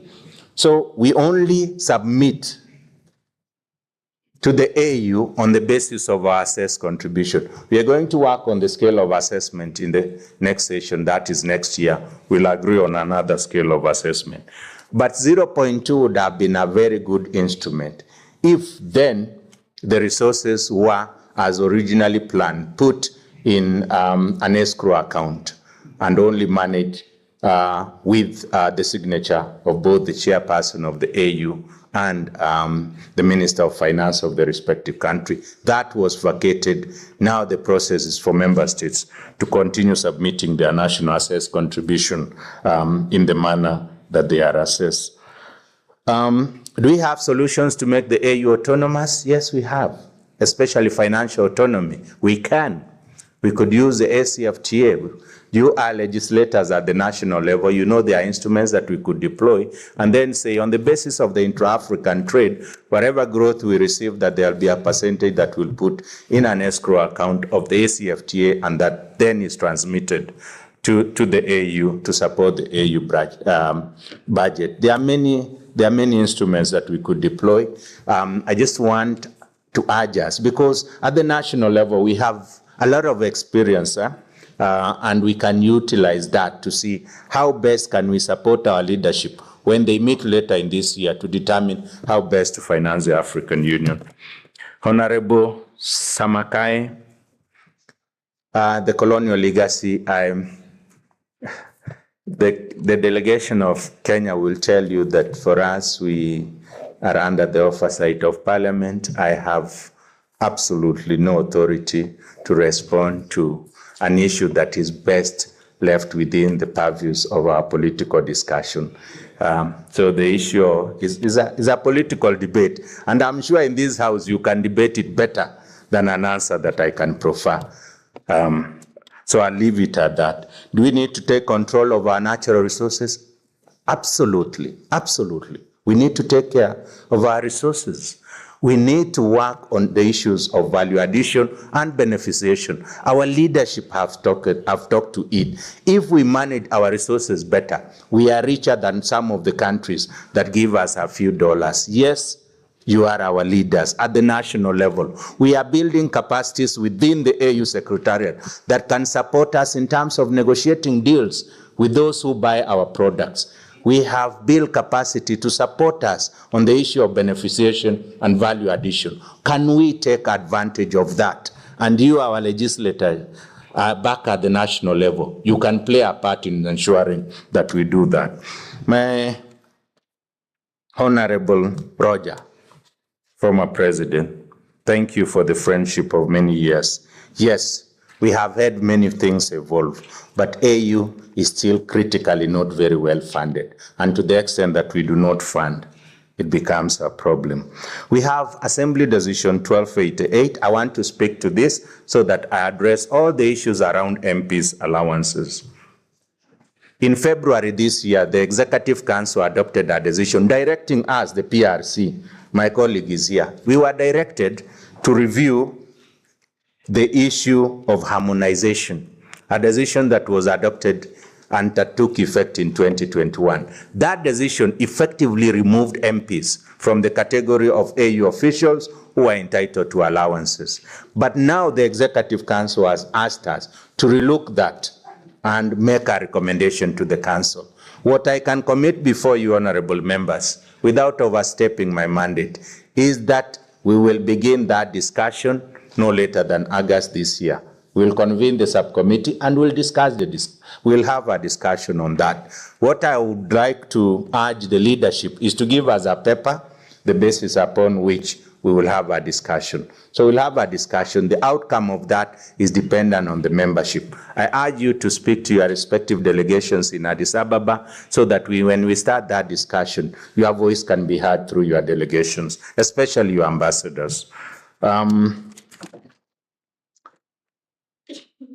Senator Tony Sibanse, thank you. Thank you very much, honorable member. You said it all. We tried to do our best. There was that much you can do. And as a chair of the committee, you have to depend on the rest of the membership in terms of the outcome of that. But we did try. We know that you'll be coming with a supplementary. I have encouraged that. When the supplementary comes again, we'll have an engagement and we'll see how we can do that. But let me say one thing, that the protocol talks about 2 ordinary sessions. It is unfair for us not to have 2 ordinary sessions of this parliament. To the extent possible, we'll try to push with our colleagues to see what we have, because for supplementary, like I said, we have to go to see what is in the reserve fund and what can be availed. But my commitment is that we'll have that discussion and we'll see what we can do based on how the membership will react to the proposal that will come from you. About the AU budget calendar, Honorable Tony, I would only encourage that we abide by the calendar that takes account of everybody. So if there is something that the Finance Committee of this House can do so that it aligns with the calendar of the entire AU, that would be preferable. If you ask me, honorable members, maybe it's to get a prior approval to submit, then bring it to the House. Because as honorable members, as a committee, I'm sure in any proposal that you make, you have the best interest of the whole House. But that is something then that the leadership of this House can discuss. Honorable Lamanye Zulu. Oh, Menyane Zulu. That's what I said. I'm hearing the names for the first time. I'm sorry if I make mistakes. Intra-African trade is the way to go. I completely agree with you that many of us are not taking advantage of the intra-African trade. can we try and push our ministers for trade to see what we can do at the national level? Why do we buy from outside? I can tell you, the delegation of Kenya can tell you this for a fact, that we have a lot of coffee, that we export a lot of coffee, that a lot of coffee and tea. There are a lot of our coffees consumed here in Africa, but only when it has come back from somewhere, either Paris or elsewhere, packaged as Lipton. Yet it's coffee from Kenya that has been adulterated by other teas and then brought back as English tea, Lipton, and other teas. But we know where the source is. If we consume that tea, because tea, the only value addition in tea that leaves our markets, that leaves our countries, the only value addition is the packaging. Otherwise, tea is processed to the very end and is consumable by the time it's exported. So yes, let's look at intra-African trade. Revenue-raising mechanisms, like I said, that is the prerogative of the policy organs. If they tell us now we could approach partners, we'll definitely approach partners. If they say we can do levies, we can do levies. Honorable Majimbo Kalasinga, my neighbor from at home, thank you so much, sir. Indeed, what you raised is very pertinent. In terms of allowances, we have standardized allowances. What I get when on mission, traveling under the African Union is what my first secretary will get. That's a decision that has been made, union-wise. Is it something that can be looked at? Why not? It's our union. We can look at it. But as of now, that is what obtains. But it's important that when we take our leadership out, that we try to the extent possible to ensure that we do well.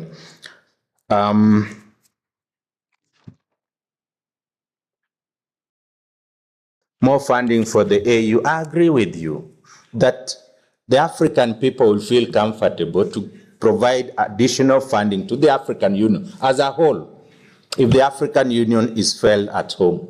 If there is a crisis and African Union intervenes, and we know that the situation would have gotten worse had it not been for the intervention of the African Union, then people will feel there is a benefit to the African Union. We have to show tangible benefits to the African people for them to invest, because it's an investment. It's an investment. The assessment by member states to the AU budget is an investment. That investment has to start paying. Are we starving PAP to death? Again, that's a political discussion, but let me say this, that the subcommittee that I head has absolutely no intention to do this. The PRC has no intention to do this. The Executive Council has no intention to kill PAP. We have a shortage of resources. We may not have been fair to PAP. We may not have been fair to PAP. We also have not been fair to others. But there are institutions that have gone around that, and I'll give you an example of the APRM. They went around that and got, for the current year, they got about 1.1 million from Algeria to do country reviews, which we should have funded. But they got that money from one of the member states, Algeria. So to the delegation of Algeria, let me say on behalf of the committee, you made our work very easy. Thank you very much. So yes, there are opportunities that we could look at and see how that can help. We have no intention. We'll try to do the right thing to PAP. It's a process. It involves many actors, but we'll try to do the right thing to PAP, because you are established. You have a right, like all the organs of the African Union. The president keeps telling me, reminding me, that in the Constitutive Act, the Pan-African Parliament is organ number 2. And that's how highly the membership thinks about you. Honorable Taure, I think I've responded to the issue of member states paying. It's not more about paying, it's more about how much they pay. Principles, yes, we stand for principles. And indeed, yes, you are right. If AU does a lot more that African people can see, then it's possible that the resources we deploy at the AU would increase. Honorable Fanyo, do we discriminate between the organs based in Addis Ababa and the organs that are outside of Addis Ababa? I would like to say that we try not to. We try not to, but maybe the level of interaction is such that because of familiarity, then more delegations will close their eyes and say yes to those who interact with them more than those who do not. So what we have agreed with the President of the Pan-African Parliament and his bureau is that we'll increase the level of interaction between the leadership of this House and members of the PRC, so that we try to sensitize them on the needs of the Pan-African Parliament, so that when your case is brought, it's not strange to the PRC. All organs, yes, have a very important role, and I think the Pan-African Parliament has an equally very important role. Why is the AU budget going down? I'll tell you why it's going down. It's because of the golden rules. The golden rules were adopted by the F-15. And of course, they were proposed by the F-15 and adopted by our policy organs, the Executive Council. What did the policy organs say? What did the golden rules say? One of the golden rules says that where we have a budget ceiling, they establish what we call the budget ceiling. And the budget ceiling is the average of 3-year budget execution. You can imagine what that implies, that if your budget went down in 2021 and it was still down in 2022 and 23, the average of that will be used to determine the ceiling. So when we vacated the COVID measures, we did not vacate the ceiling first to say, let's look at the real needs before we introduce a ceiling. So for the current year, for 2026, we were looking at a ceiling that is composed of budget execution for 2024, because 25 is still ongoing, 23 and 22. At that point, PAP's budget was below the waters because you are not having physical meetings. It's something that I and a number of colleagues within our subcommittee have tried to sensitize other members, but the golden rules still are in play, and we are trying our level best to see how to vacate that, because indeed you now have physical meetings, and because of physical meetings, then the resources that you want to deploy will be slightly higher. But what are member states also saying? That within the golden rules, we have upped on the issues of removal of duplications, enhancing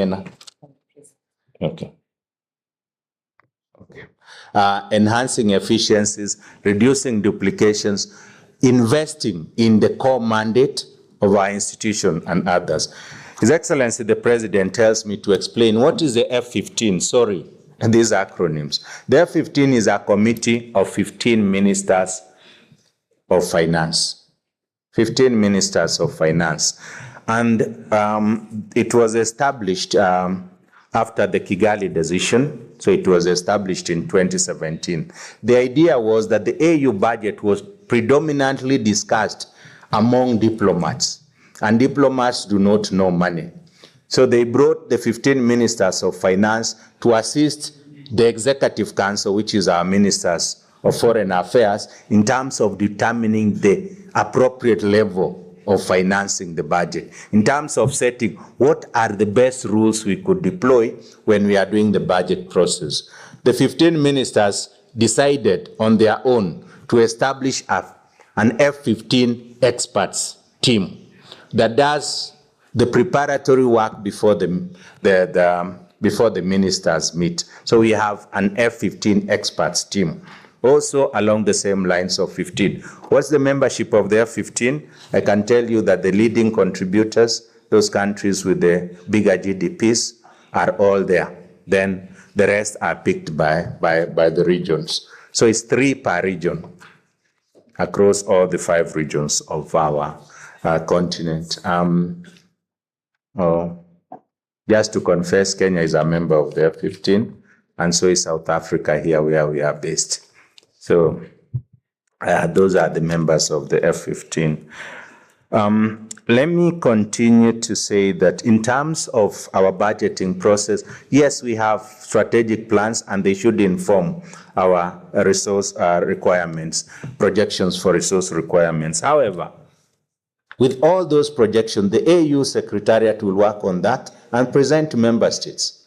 But member states will say, no, we only want to be assessed 200 million. So those plans are thrown into the dustbin and we start working on the basis of the ceiling.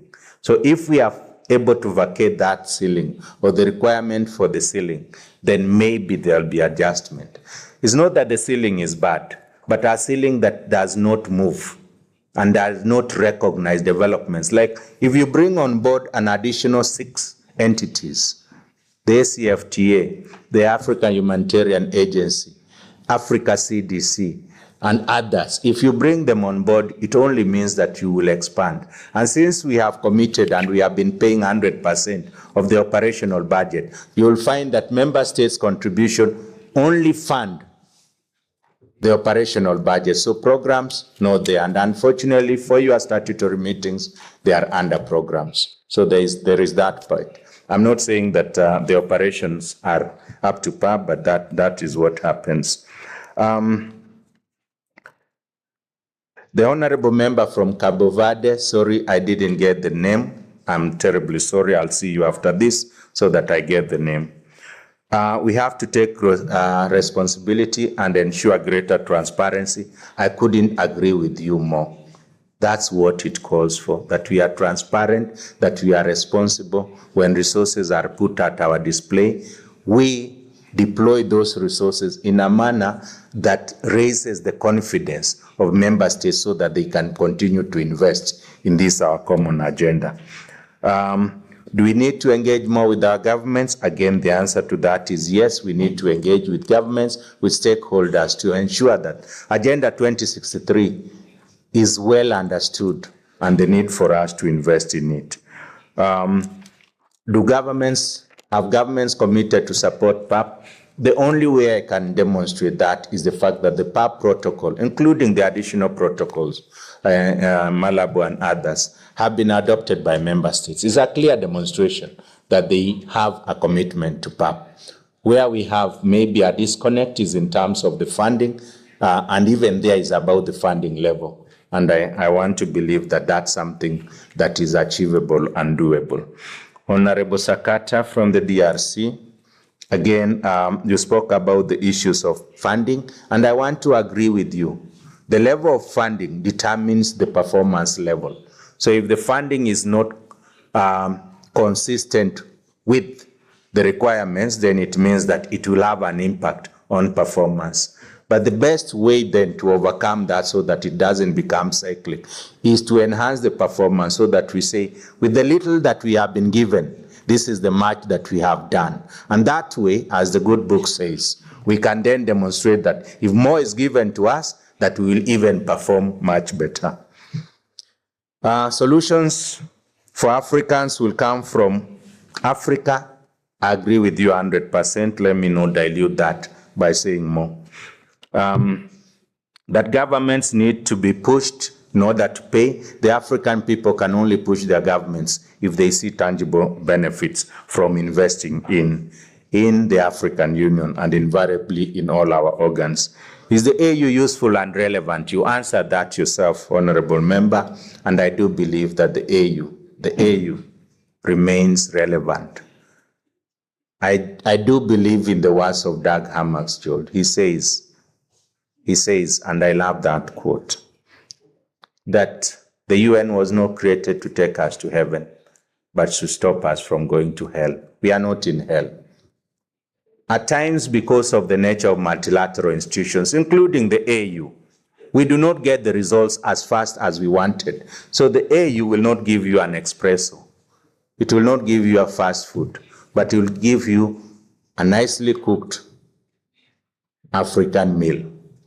May take time, but when it comes to the table, you will be happy to partake of it. So the AU does not give you quick wins, it gives you comprehensive wins. So let's invest in that. So the AU remains useful and relevant. And yes, we do need innovative ways on funding. Honorable Fatamatu or Fatamata from the Gambia. Yes, we are a rule-based organization. We have principles. They are embedded in the AU Constitutive Act. As direct representatives of the African people, you require the support from our policy organs that will enable you to execute the mandate as set out in the PAP protocol. About the budget, I think I've spoken. Indeed, the budget is low.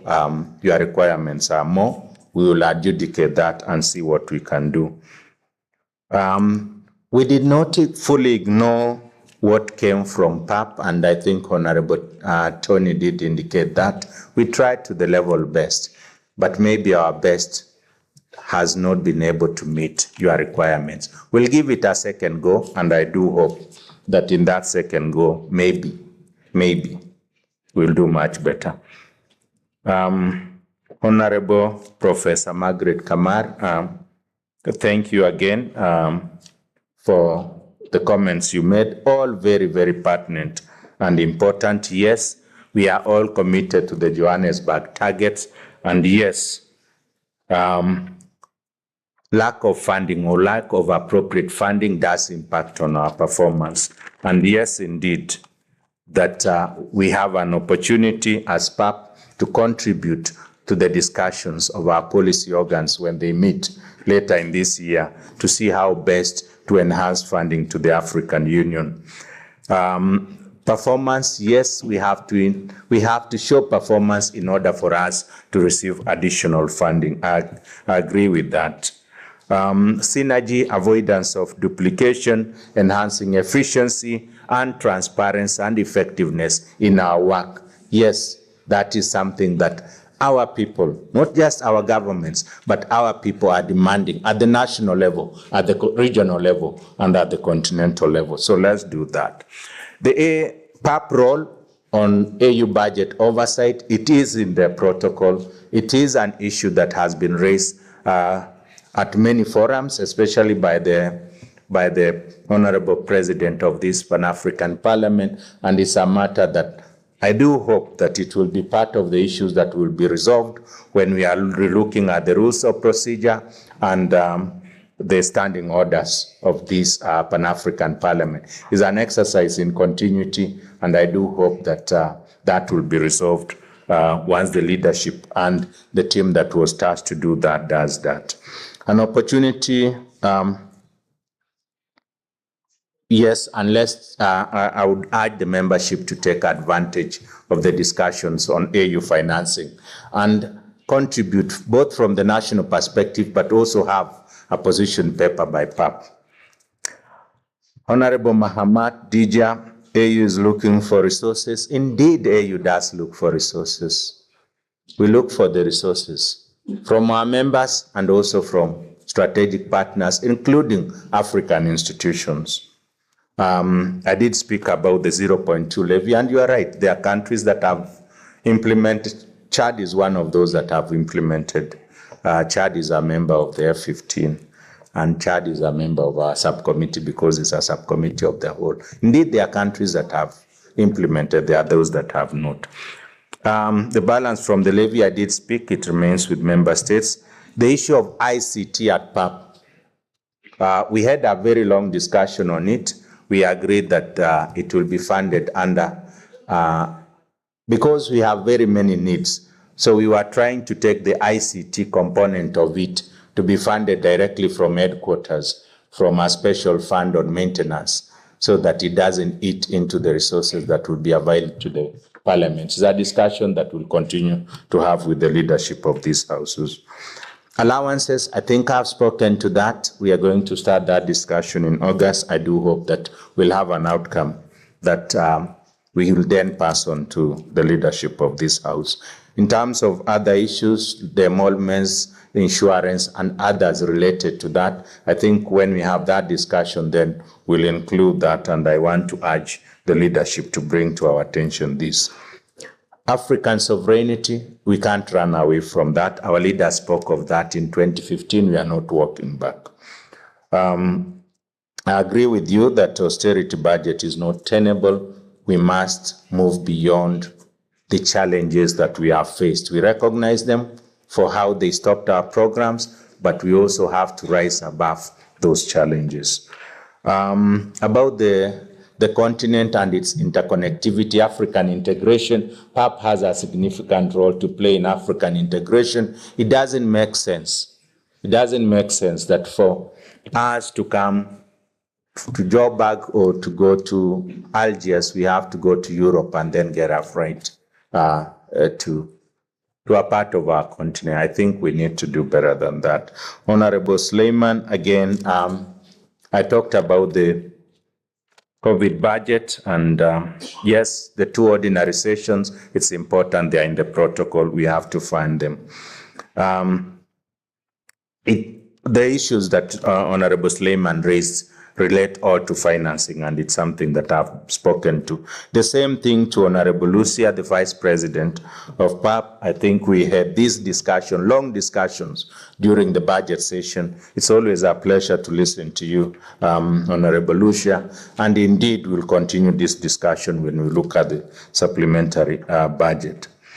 Yes, the budget and resources, effective resourcing, will make you better representatives of our members, of our people, both our member states, but also our people.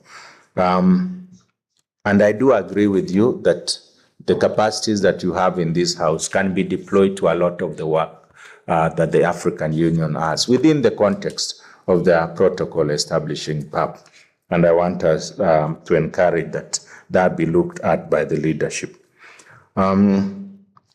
The ratification of the Malabo Protocol, I think the last discussion that was held by the Executive Council was to urge members of this parliament to see how they can work within their national parliament to ensure that those that have not ratified, those member states that have not ratified, do ratify.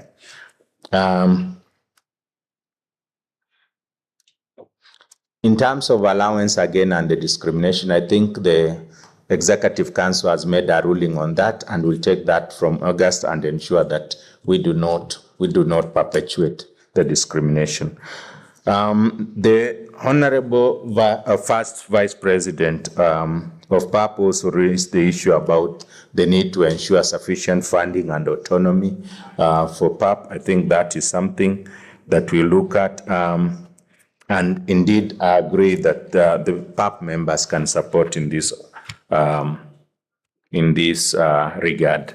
The Honorable President of the Pan-African Parliament did a summation of the very critical issues. I want to thank you for the issues that you have raised. I want to say that they are all very important issues. I want to say that it's these issues that will help us to make PAP as strong as it can be in advancing the voice of Africa to the rest of the world. I want to thank you for your kind attention. If there is any issue that I failed to touch on, forgive me. I was taking the notes as the issues were being raised. And if it's really a burning issue, I'll avail myself even beyond this session to answer to any member of this parliament. Let me say you've been very, very generous to me with your time and your attention. May God bless you. You are wonderful people, and you have a very, very good role to play. Thank you very much. God bless you.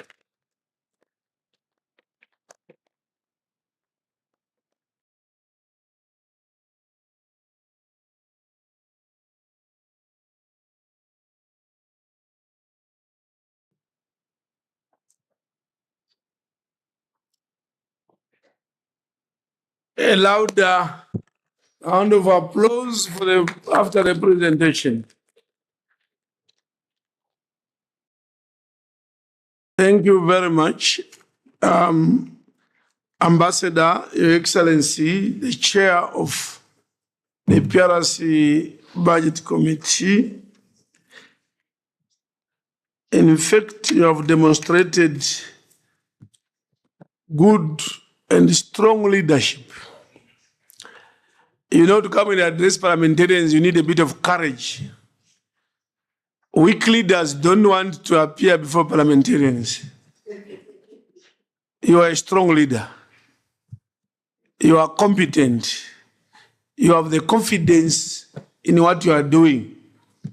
Those who don't have confidence, even in our national parliaments, everyone knows.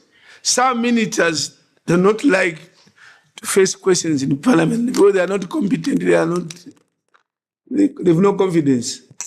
Then there are those that will take every opportunity for questions because they know they can stand the heat. So you stood the heat, and very well. The way you responded will welcome you many times. You have shown good governance. Let's not just talk about good governance. Good governance is about accountability to the people, to the leaders like you are doing. You are showing accountability. You are saying, coming here to respond to issues. So those who are in the AU who don't want to come here to respond to issues in their portfolio areas, they have no confidence. So you have stood out to be one of the best. Can we clap for that?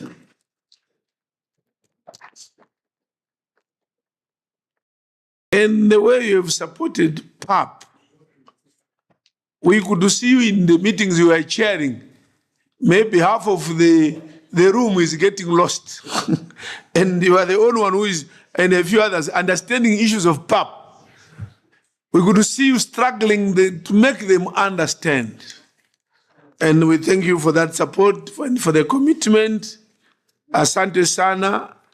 You being a Swahili speaking ambassador. Asante sana. And let's give the last, but not the least, clap for him. Say, when you go back, we say in French, bon voyage, Kiswahili, safari njema. Asante sana. Can I give the clerk to make some announcements?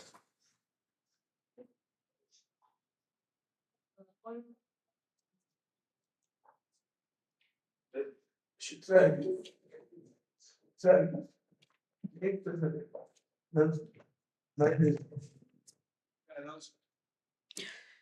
Honorable President, today lunch will be served at members' own cost.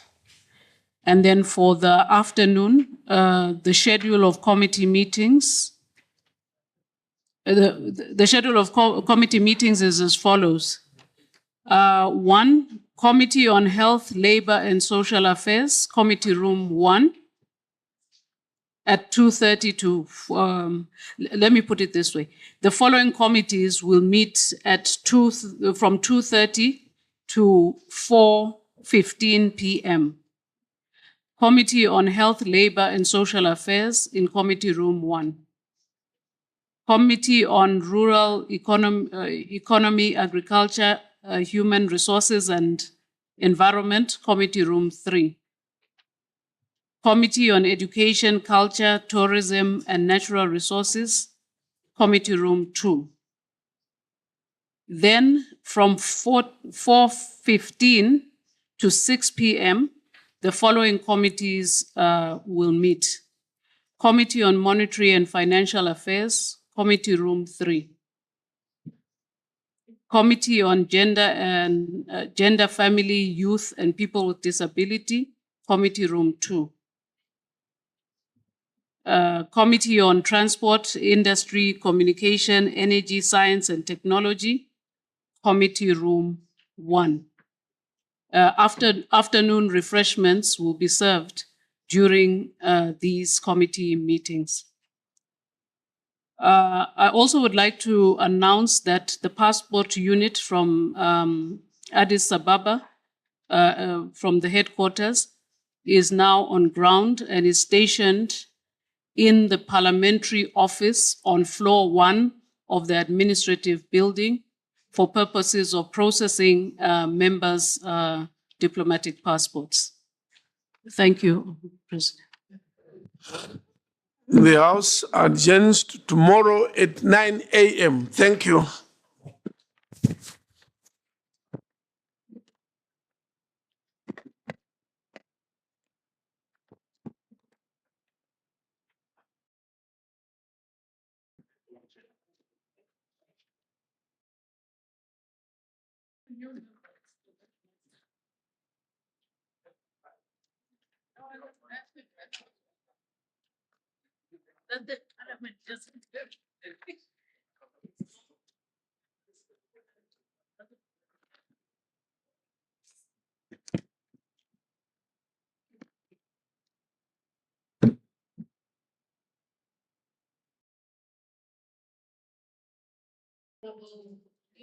Two of them.